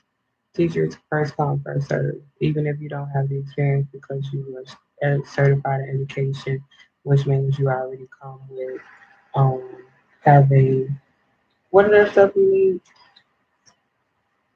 The little tests like conscious test and damn what it is, CPR and all that kind of stuff. You already are certified, so that's less, work they have to do or less time they have to take. If the teacher come in and already have all those criteria in order, and they'll hire them first before they hire this teacher or substitute teacher. So I wasn't even expecting them to reach out to me and offer me the opportunity.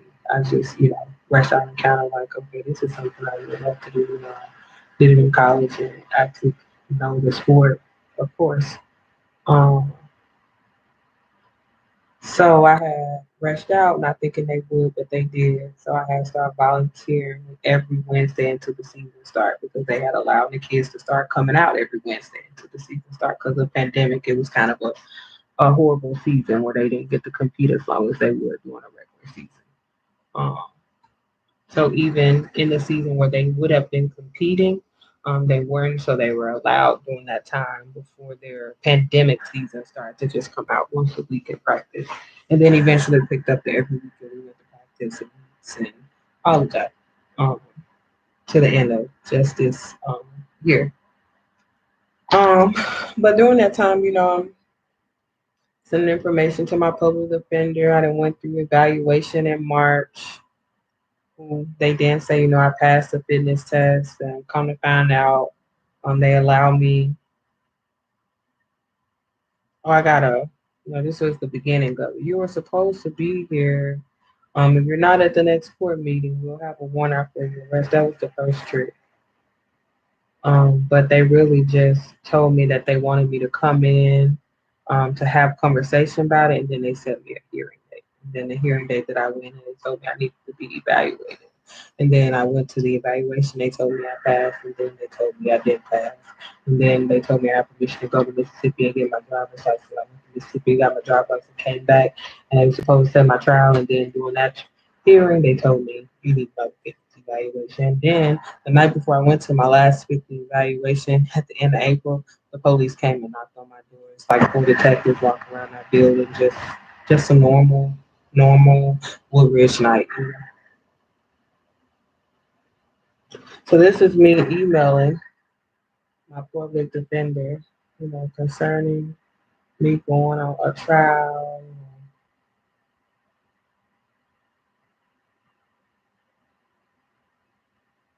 I was like, I'm only here to tell a person. You see her threatening a one after mine. Like, I'm only here to hurt the person that had missed 6 court dates. And you threatening on one after my arrest on the first time. And I ain't even missed. You told me to literally come into your office to have conversations, and instead you set me a court date. Why am I even coming into your office for conversation anyway? To make sure I understand my rights and understand the charges that are used. I understand them very well. I also have videos showing that your officer did not do their job effectively. Okay, and my word of this is that what the hell, you got a whole man out there, you mean to tell me I done did all this to you? That don't even make no sense at all, sir. Who the hell in their right mind would believe that? I want every jury person to put themselves in my shoes and tell me that they plead to being guilty on the charges or circumstances. Hell, the motherfucker, no, they wouldn't. So this is me explaining to her, why is this even, option or issue even being brought forward, you know, based on these four misdemeanors that I'm not even guilty of. Um, Constant emails. You are supposed to appear in courtroom. Are you on your way? No. You have to be in person. I have to be in person. See that? And my public defender. That's what she's telling me. I couldn't change my public defender. I didn't have a right to.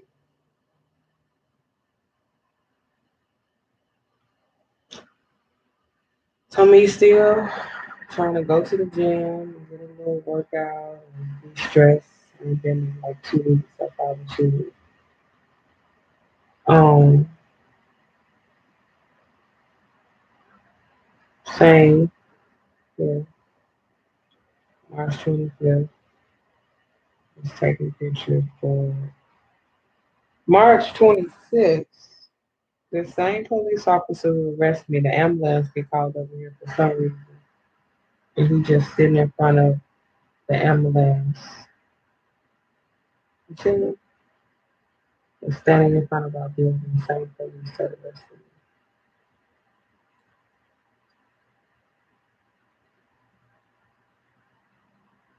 I said, this guy helped this sergeant arrest me on December 15th. I just want my name. Figure out, focus on my master's education, get a decent job to the same field, and give my son the life he deserves.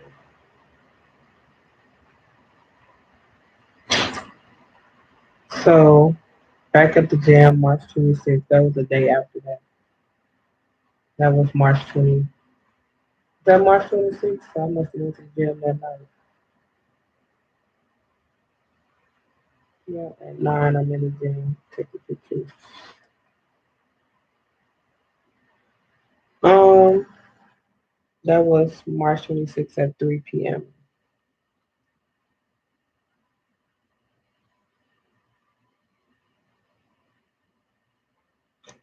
So, I still have a lot more to say and a lot more to document. But this has almost been about 4 hours. And I think I'm going to, you know, just let, the Guardian Met Litem and all of them know that the information is up. If they have any questions or whatever, need any more information, all the lies or all the paperwork that DCFS says. So, if they want any truth, um, But yeah, that's where I'm at. I think I'm just pretty tired and exhausted from the day. Um, and it's really humid outside from the rain. So probably gonna take me a good shower and eat some dinner and call it a night. Um, because I pretty much did everything the meeting, drop off my papers. I got them on mortem, just in case they bother me tomorrow, about trying to put me out of my apartment. I have that signed and ready. Um, and I guess I will stop procrastinating about paying my bills and do that. I'm supposed to actually get a check from coaching. I actually declined it because I'm saying, like I shouldn't be taking out unemployment from the job and receiving income from it. It's not supposed to be legal or okay. Actually, the federal government will make you pay them back if they found out that you're, taking money from the place that you're supposed to be working and getting money from them too. Um, so I declined it and said, I'll just take it as a volunteer year and just have something I can put on my resume as, I've got some experience in coaching at the high school level. But he pretty much told me he was going to pay me anyway, so I'm not going to argue with the man. He's our director of, athletics or whatever. Um, and so, that um is supposed to be some income. So maybe I'll go get my hair braided individual long for the summer so I can just get up and go and work out like I usually do. I'm like, don't, not a hair person. I can do my hair, I just don't. I never grew up like in the mirror, makeup, and all of that stuff. Like, just not. Not that I couldn't. Like, chose to, you know, um, put on foundation, you know, eyebrows and lashes and all that. It's just I don't feel the need to be um not looking for the attention, don't want the attention. I don't feel that it makes me, I feel like I make it. I don't feel like I need it every day to be me or be okay with who I am. So I think that's, maybe plays effect. Even don't get me wrong, I know that's us all day, the ponytails, the braids, all day, all my life. I think I went through halfway through college, not even showing my hair. I wore so many braids, but that's the point. I mean, that was because I worked out every day, get up trying to do the hair. No, you get up at 4 o'clock in the morning, lifting weights on the turf, ready to work out. Who got time to be like, ooh, get cute. Some girls have time, they put their whole face on, everything, come out on the track, ready. Nah, no, I'm good. This is my face. This is it, natural. Here you go. Okay. So take that or don't get nothing. Maybe one day, I'll impress you or something, do something, outside of this 90% here that you're probably going to get most of the time. Maybe, 10% of the time I'll be some special or something, miraculous. But I'm just, just naturally me. And kind of been that way since I can remember. I've always been into like horses and J's and stuff. But like you get older, you mature, you have your child, your children, you realize, like the difference between a need and a want. Shelter, food on your back, and clothes, food on your back, food on your table, clothes on your back, and transportation is a necessities. What type of clothes or the quality of the food, comes with you progressing in life and different things like that. But, you don't necessarily have to be walking around here in no Nike and Kyrie and all that. And that's what that says. Some of the richest people, walk around in Walmart clothes and that's kind of how my son, I'm not saying he's like on that level. He's like so, got so much money, but that's how my son's father, grandfather is. You would never look at him and think that he ever made $200,000 a year consistently for 10 to 15 years, 20 years of his life, just consistently. You will never like just looking at the type of clothes he wear, the cars he drives, and stuff like that. Very conservative type person, and that might just be. I'm not saying everybody in Mississippi is like that, but that might just be, that because he's from Mississippi. When we don't feel like work hard, pays off. We don't feel like we need to stunners try to be better than you and make ourselves feel like we're better. Don't get me wrong, there's some stunners like I got my brothers and stuff like, people, that represent a certain part of the society. I love my people. I know why they did it, what they did it for, all that. So, I ain't never gonna go against mine. But, at the same time, just that stunner mentality, where I gotta shine bling, where the latest Nike kind of thing. Even his son, you know, has that mentality. He's his father's child, but they just don't see eye to eye when he feels like he needs to, have the Nike, Kyrie, Jordan, LeBrons, and that was my issue. Like, why is $2,000 for shoes sitting in our closet? I'm about to put these shoes on eBay, man. I'm a hustler. You gonna take this shit and take it to the pawn shop and not look back. Okay, when it comes to putting food on our table, making sure our family got something to eat, making sure that the roof over the head and stuff. And if you ain't that type of man, then I ain't that type of woman to be just spitting out your kids.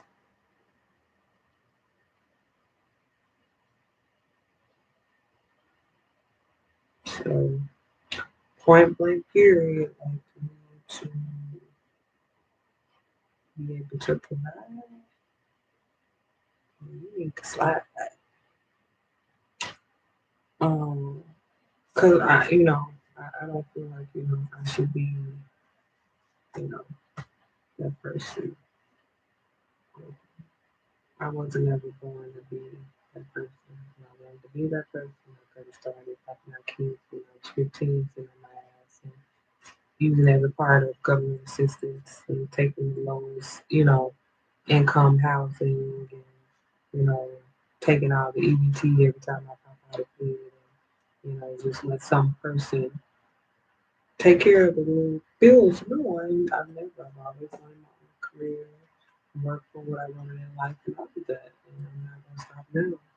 And I'm not going to sell myself short of the type of work or career that I do, based on, what men say. Living in the United States, like I said, I ain't asking for anything anyway. I made a choice because I wanted my son to have a father, and I didn't want to take a father out of another child's life. And I guess I got to deal with those consequences and situations or issues or circumstances that comes along. When you accept people in your life, you accept their problems too. So come along with that.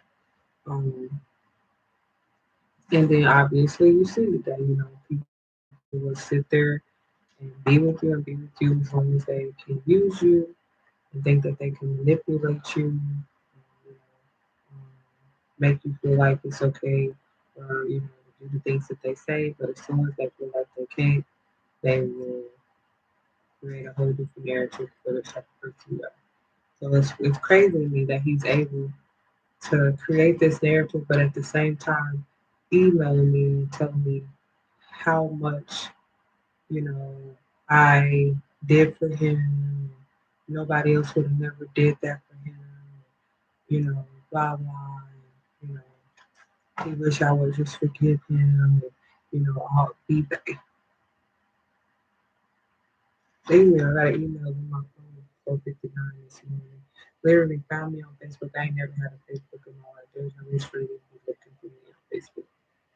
Friending me, hearted me, my pictures. I blocked you. Then I go on your Facebook, this page you ain't been on in God knows how long. Because I was even aware that he had one, but knew he just didn't use it. Um, and that was a whole picture of me and you on the back of it. You ain't never had this picture of me until this year. Never. Not even all the time we were friends, dated, or nothing. Now all of a sudden you got a picture of us. So I get an email from him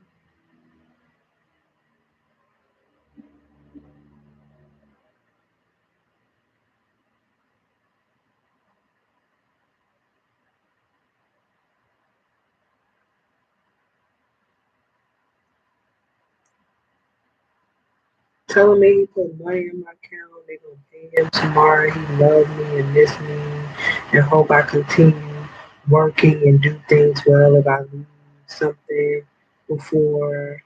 It's fully paid. You're the best thing that happened to me. I'm very sorry. I didn't mean to get angry and ran out and trying to get out the door and accidentally hit you in your teeth with my body. I didn't really think that to you. Later I tried to turn around and literally bulldoze into my motherfucking mouth with my chin. Turned around and you did it again. You didn't try to do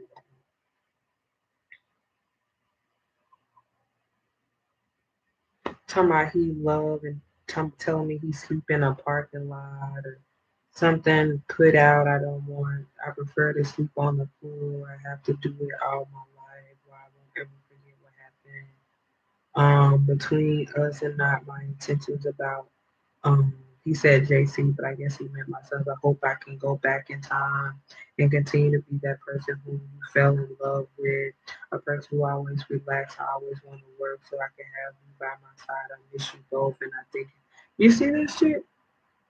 This the man I called the police on 9 times trying to get out my house. They took his word. I got a missing teeth, and my son was literally burned on his own. And I'm indicated, and I have misdemeanors on my name that I can't even go out and get a regular job right now. And you mean to tell me I'm not gonna fight for this? I'll reopen the case, reopen the case, reopen the case. We're going all the way to federal.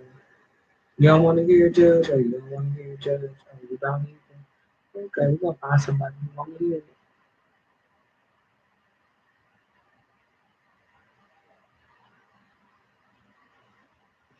This is 4 hours of my life being documented on Facebook Live.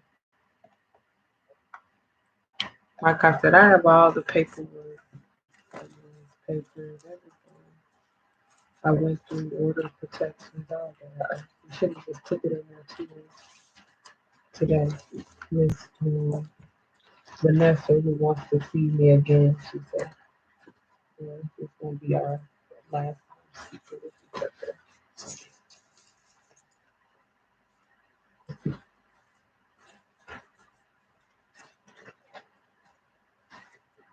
He's really like okay.